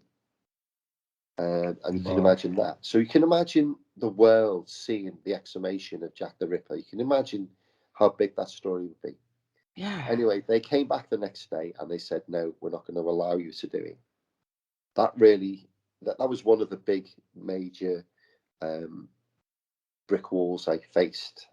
I'm on the second murder case the second cold case I'm working on now. Very high profile. I have a lot more of those than this case. Anyway, so Yori said to me, "Did he have any sisters?" I said, "Yes, yeah, there was Matilda. Her name's Matilda Lubnowski Cohen." He said, "If you could find a direct female descendant, we'll have pure DNA, and we could link it through the mother on that one." That was in the January of 2013, and I found a direct female descendant in the October. So when people sort of say, "Well, I'll go and do these tours, I'll just go and spend 10 minutes in the library," I spent 10 months trying to find a direct female descendant of Aaron Kuzminski's sister, and found her. Anyway, she happily gave me a sample, and I signed a document saying I'd never disclose her identity, not publicly, but whenever I've needed to prove or I need to prove, those people have seen who it is. So it's always covered, Anyway, that was in the October, and then the race was on to get the DNA work done between the DNA on the shore from the semen that he'd done without any contamination, and the direct female descendants of Kuzminski's sister. And she was also in on nearly every phone call with us for a good 5 months. And then we get to the third Friday in February 2014. It was 8:30 on a Friday night, and Yari texted me, and up until the lead up to that for weeks, I was no sleep, living on nerves, thinking, have you done it? Have you done it? Have you got it? Have you got it? Anyway, Yari goes, go and check your inbox. Go upstairs, put the computer on the same screen I'm looking at right now. And there at that time, we had a direct DNA match with the semen on the shawl that was left by the murderer, as we know as Kuzminski, and his sister's direct female descendants, and we had it. And we knew at that point that we'd solved who Jack the Ripper was. That was the most amazing night of my life. Crack open that bottle of champagne. Yeah. But again, so we had to sit on our hands, and I wrote the book. We made it very readable for the public, because science is very mind-boggling. And the public picked that up, and the Ripper haters and the people who didn't like my story all picked on that incorrectly. And even though they sort of pointed out something that wasn't an error, it's one of 12 markers. We gave them a little bit of one of the 12 markers, but we couldn't put that science out. It was just too mind-boggling. So we thought, everyone said, we'll do a peer review. So that's where we are now. It's been peer reviewed and accepted. But I can tell you that because I know we're running out of time, the man that has always been named as Jack the Ripper was a man called Darren Kuzminski. And he was a Polish immigrant Jewish man that came over to Whitechapel in 1881. He was only 23 at the time of the murders. Shortly after the fifth murder, this is why he disappeared, was he attacked his own sister. I think it was sister-in-law Betsy. And his brothers had had enough, and they got him arrested. He was taken out of London very secretly to a police seaside home called Clarendon Villas, which is still there. And he was identified by what was called, he was confronted with the only eyewitness that actually saw him attacking a victim, which was Israel Swartz. Israel Swartz gave an unhesitating ID that was the man he saw attacking Elizabeth Stride 10 minutes before she was found with her throat cut. But Israel Swartz wouldn't testify, and so they had to certify him insane. They put him under watch, 24-hour watch. His brother looked after him. Now, there's a bit of time lapse between when he was formally put into Colney Hatch Asylum, but he was in another I found where they did put him, which is going to be in the second book. And then they moved him 3 years after to Leavesden Asylum, where he died at age 54 of gangrene in 1919. So this myth, this legend of Jack the Ripper, the question I get, so you think you know? Well, I know, and so has Scotland Yard always known. But the man that was always named and known as Jack the Ripper was in fact a Polish immigrant schizophrenic called Aaron Kuzminski. That's who Jack the Ripper was. Wow. Well done. All I can say, you have done what hundreds of other people have tried to do, but you have been able to do it through modern science on a really old case and done pioneering science work in that process. That is phenomenal work, Russell. Yeah, and Yari's down to do that work, not me. Yeah. Thanks, Yari. Yeah. But without him, I wouldn't have got this far. But it's been a journey that for my lifetime, as my grandchildren and hopefully great grandchildren. This story that this is what I did with my life, or with a little part of my life. And this is something you never ever would have thought when you very first saw that film. No, not at all. When you think about it, you went to see a film, it sparked an interest, you looked into it a bit, Yeah. And then Providence, you spoke about Providence at the beginning of this, and yes, don't get me wrong, it's taken time. But when we talk about other cases in the weird and wonderful world of the paranormal, nothing's ever a 5-minute thing. It always has a longevity. It always takes time and big gaps in between. And, and that's the groundwork you do. That's the length of time it takes. It's never going to be a 5-minute thing. This is phenomenal, groundbreaking work that you've been able to facilitate and bring those advances into cases, modern day cases. Like you said, Sweden Police are using the work that you and Yari have put forward. Now, this is just incredible, right? Yeah, it is. I sort of like look at it and because there must have been times you must have been dying to actually say something, but no, you held your ground.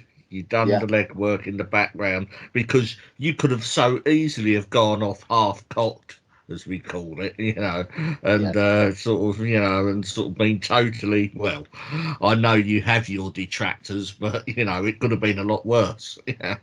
Oh yeah, you know what? That 14-year journey, there's only about 6 of us that knew. And again, on the second cold case, I've been on that for 6 years. Mm. Well, when that's sorted, we'll come back and have you again, I'm sure. Yeah. Last thing on this particular subject, because there's a little bit extra that I want to talk to you about before we end the show. Right, where's the shawl now?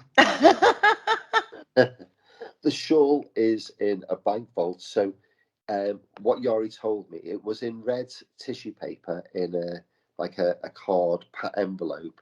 It's now in white tissue paper. It's going to be clear tissue paper that's then in like a vacuum pack. Well, not totally vacuum, but in double plastic a container inside a box, inside a safety deposit box, in a vault, in a bank.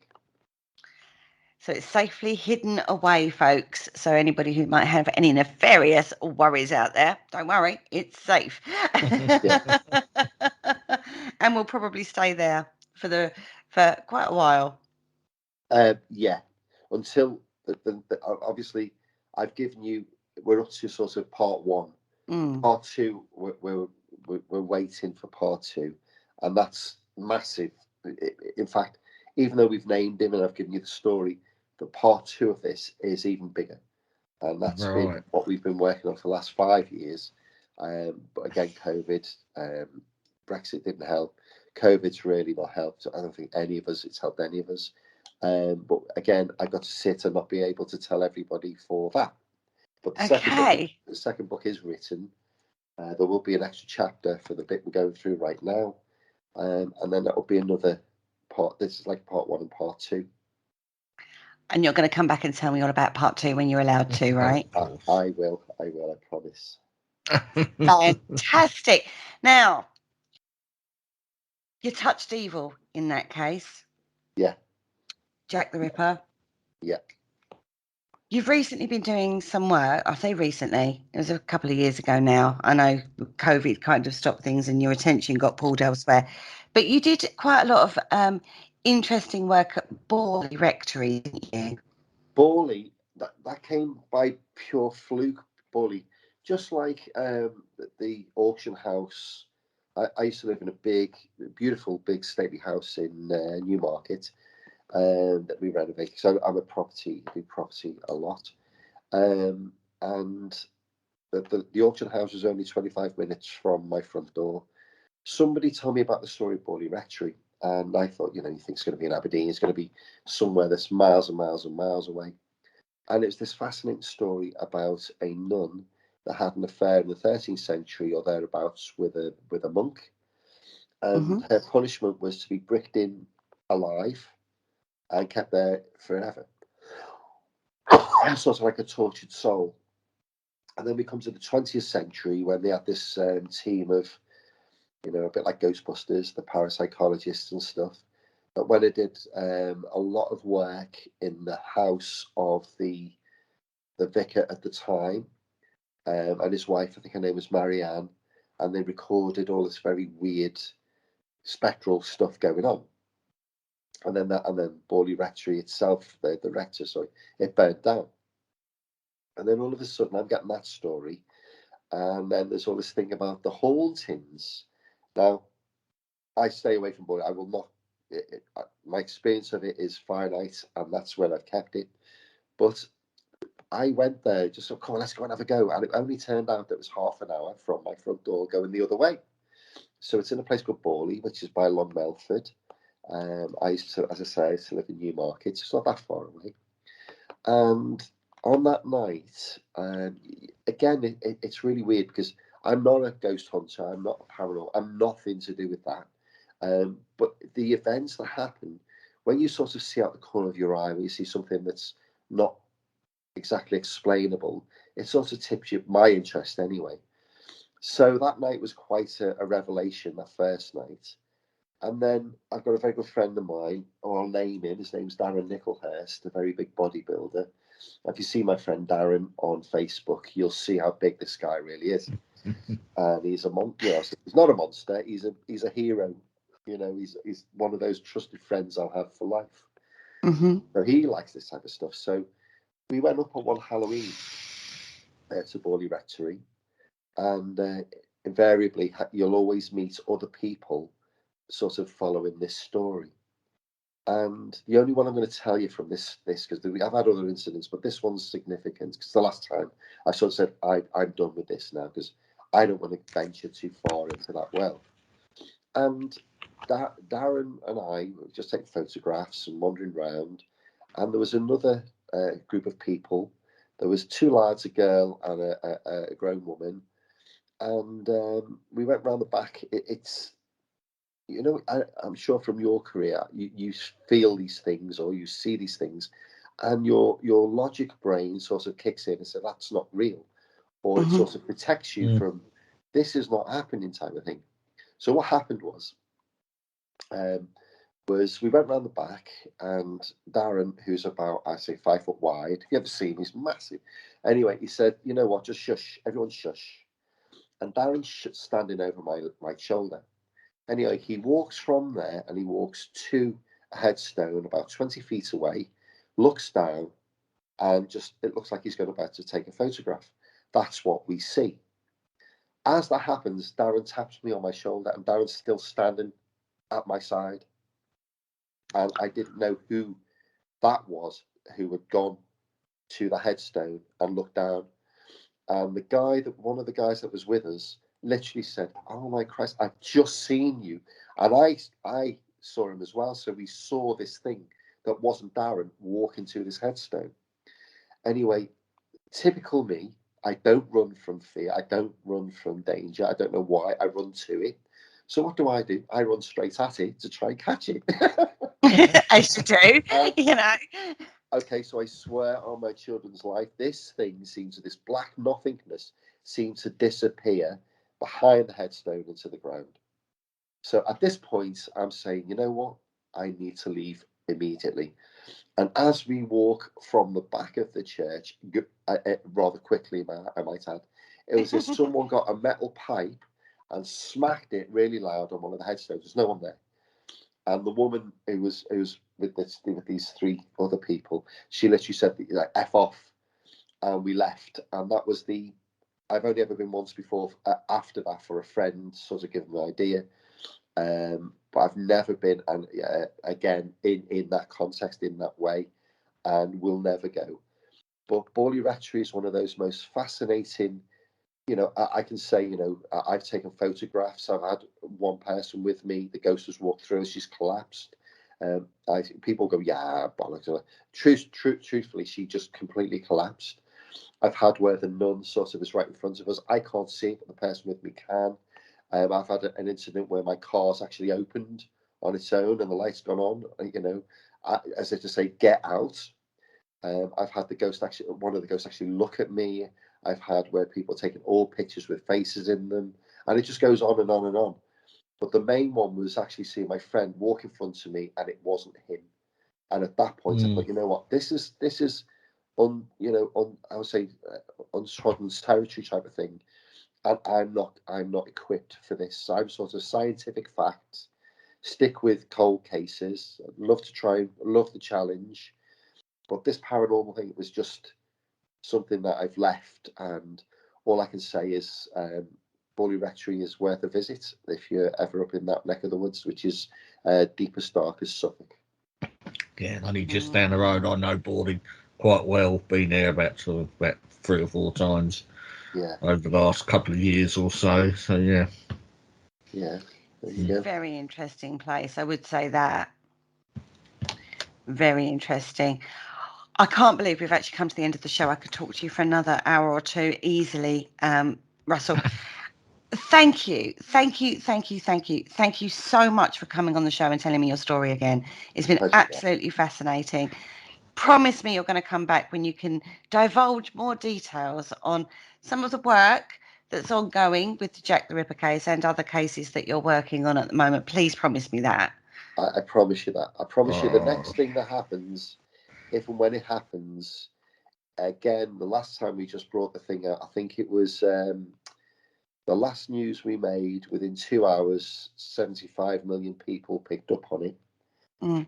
So, and that was, I mean, Yori had to hide in our bedrooms and not answer the press at all. We had to have a company look after us, but the next one will be bigger. And yes, I'll be happy to come and discuss it with you. Oh, right. Can I ask for an exclusive? Gonna be cheeky. Trust me, if you know the figure, I've been offered for the exclusive of what we're talking about. If you matched it, yeah. Just as like a mate, can't afford to pay you, but just as a mate. Mates rates. Yeah. Mates rates, yeah. Yeah. Well, it's been a pleasure speaking with you guys, and I'm glad to sort of keep the story going. Yeah. Thank you once again. Thank you so much for joining us. Wow, Richard. What? I feel enlightened. I've sort of heard, Jack the Ripper is sort of not something I tend to sort of hang around much, because there is so much sort of controversy and this and that. But no, tonight's show, plenty to think about, and the way Russell sort of weaved through the story is good. Or Stephen, should I say? Right, Russell. He called you Stephen the other day behind the scenes. That's my middle name. Yeah. Oh dear. Where can people find you? Where can they buy the book? Online, they can buy the book online called Naming Jack the Ripper. You can always find me on Facebook at Russell Stephen Edwards. I always keep the story alive on the Jack the Ripper Experience on Facebook. I do a little bit on Instagram at RipTourLDN. I do less on Twitter now. It wasn't 1 million followers on Twitter years ago, but I've stopped completely on that now. But yeah, you can always find me on my page. I only do private tours now, and will do for the foreseeable. So that's where you can find me. And guys, I would seriously recommend it. If you can get out on a private tour with Russell around that area and let him tell you the story on the ground, it is phenomenal. It was an experience I will never ever forget, and I'm determined to do again with you and drag a few people with me so they get to experience it. Guys, definitely go check him out, read the book. It's incredible, the story that we've just outlined here. I mean, there's so much more in the book that, obviously we couldn't cover in the 2 hours. On that note, we're going to say thank you ever so much, Russell, and we're going to be joined by Mr. Andy Mercer, so stay tuned. On that note, we're going to leave Russell right there. Well, guys, that was a fascinating show, all about Jack the Ripper. I'm sure you'll agree. Oh, yeah, thoroughly enjoyed that. Yeah, really enjoyed that. It was good. Good. Now, for the last few minutes of the show, we've actually got our lovely producer in the studio because he's got a lovely announcement for us. We do like a sneaky peek, don't we, on this show, guys? Oh, we do like exclusive here first. Well, Andy, is it an exclusive? Well, I suppose sort of exclusive to this moment in time, shall we say? You got away with that one. I must admit, after having worked on this for probably at least a year, actually, I'm finally ready to launch a YouTube channel, which is called The Cryptic Files. Now, the idea of the channel is that I'm going to analyze those sort of ghost videos you see on YouTube and various other places like Twitter and Reddit, all those sorts of places, having a look at them in more detail, trying to see if we can figure out what's going on, if they indeed appear to be ghostly or alien or otherwise. I don't try and put a particular opinion across to anybody about them. It's really for you, the audience, to decide for yourself. But I'll try and highlight what looks interesting, strange, and anomalous in the video footage. Some of it is pretty impressive, I have to say. Some of it really couldn't possibly explain. Some of it you think, well, maybe you can see what's going on here, but I'll leave it for the audience to decide. I'll slow stuff down, zoom it in, brighten it up, all that sort of thing. It's a bit like those sort of top 5 channels you see that people do on Ghost, but mine are a little bit more in detail. They're only quite short still. The whole thing's only about 10 minutes a time, but I analyze a couple of videos, one longer and one a bit shorter, to see if we can figure out what's going on. And people are welcome to put comments and their own thoughts and ideas, what they think they're seeing. So it's called The Cryptic Files. That's cryptic as in like a cryptid, but cryptic as in mysterious files. If you look up Cryptic Files on YouTube, you should find me. I'm also going to have a little Facebook page for it, and things like Instagram and all that are going to be started up. I've been working on the videos. I've made about 20 of them, so there's plenty of them to keep me sort of going for a while. I hope to put up one a week, probably at the weekends, starting with the weekend that's coming up, of course, because that's Halloween. So I thought that's the ideal one to start with. The first one was voted by you guys, my friends, who all had a look at some of them and said this is probably the best one to start with, which is a guy called Franco TV, who goes around haunted locations in the States and other abandoned buildings. And in this particular one, he's investigated an old house that is built on, quote, Indian burial ground, but there's something going on. He definitely catches a couple of things himself, but there are a few things that he appears to have missed. They're really quite interesting, and hopefully I've successfully highlighted those to the people to watch. So some of the videos you may have seen on other channels before, but I try to go in a bit more detail, and some of them are completely new that I don't think anyone has seen before. So that will be launching this coming weekend at Halloween, and it's called The Cryptic Files. So have a look for Cryptic Files. I'm on Facebook, and it'll be on the PO UK Radio Network's Facebook page, because I'll put it on there. And I'll also have my own page for that as well, and I'll be adding links to various other ghost websites if people want to have a look. They're more than welcome, but please do, if you like it, subscribe and click like, because obviously that helps me build the channel. So there you go. That's what I'm finally doing after we've been talking about it. Looking forward to it. And you can take it from me. Well, we have seen a couple of the episodes Andy's done, and they are very well done. And he's well worth a look up. Especially the one was taken at Kelvin and Hatch nuclear bunker. Oh yes, that one. Yeah. That one has appeared on a couple of other channels before, but because we were there, I go into a bit more detail about what actually happened that night, including a closer analysis of the actual footage. And I do think we've got something really quite strange going on there. So I'm really pleased with that one. Absolutely. So yeah, if you want to see more of that one, definitely check out the Cryptic Files. Excellent. Thank you. That's what I wanted to say. So I'll leave you to it. And on that note, bet you come to the end of the show, guys. Oh, well, that went pretty quick, didn't it? Yeah. Always does, doesn't it? Always does go quick, particularly when we get interesting people in the studio to join us. Yeah. And obviously our lovely Andy Mercer at the end there. Go check that out on YouTube, guys. The Cryptic Files. And on that note, I think that's all we've got to report this week. Yeah. Yeah. Let's say goodbye, guys. Goodbye, guys.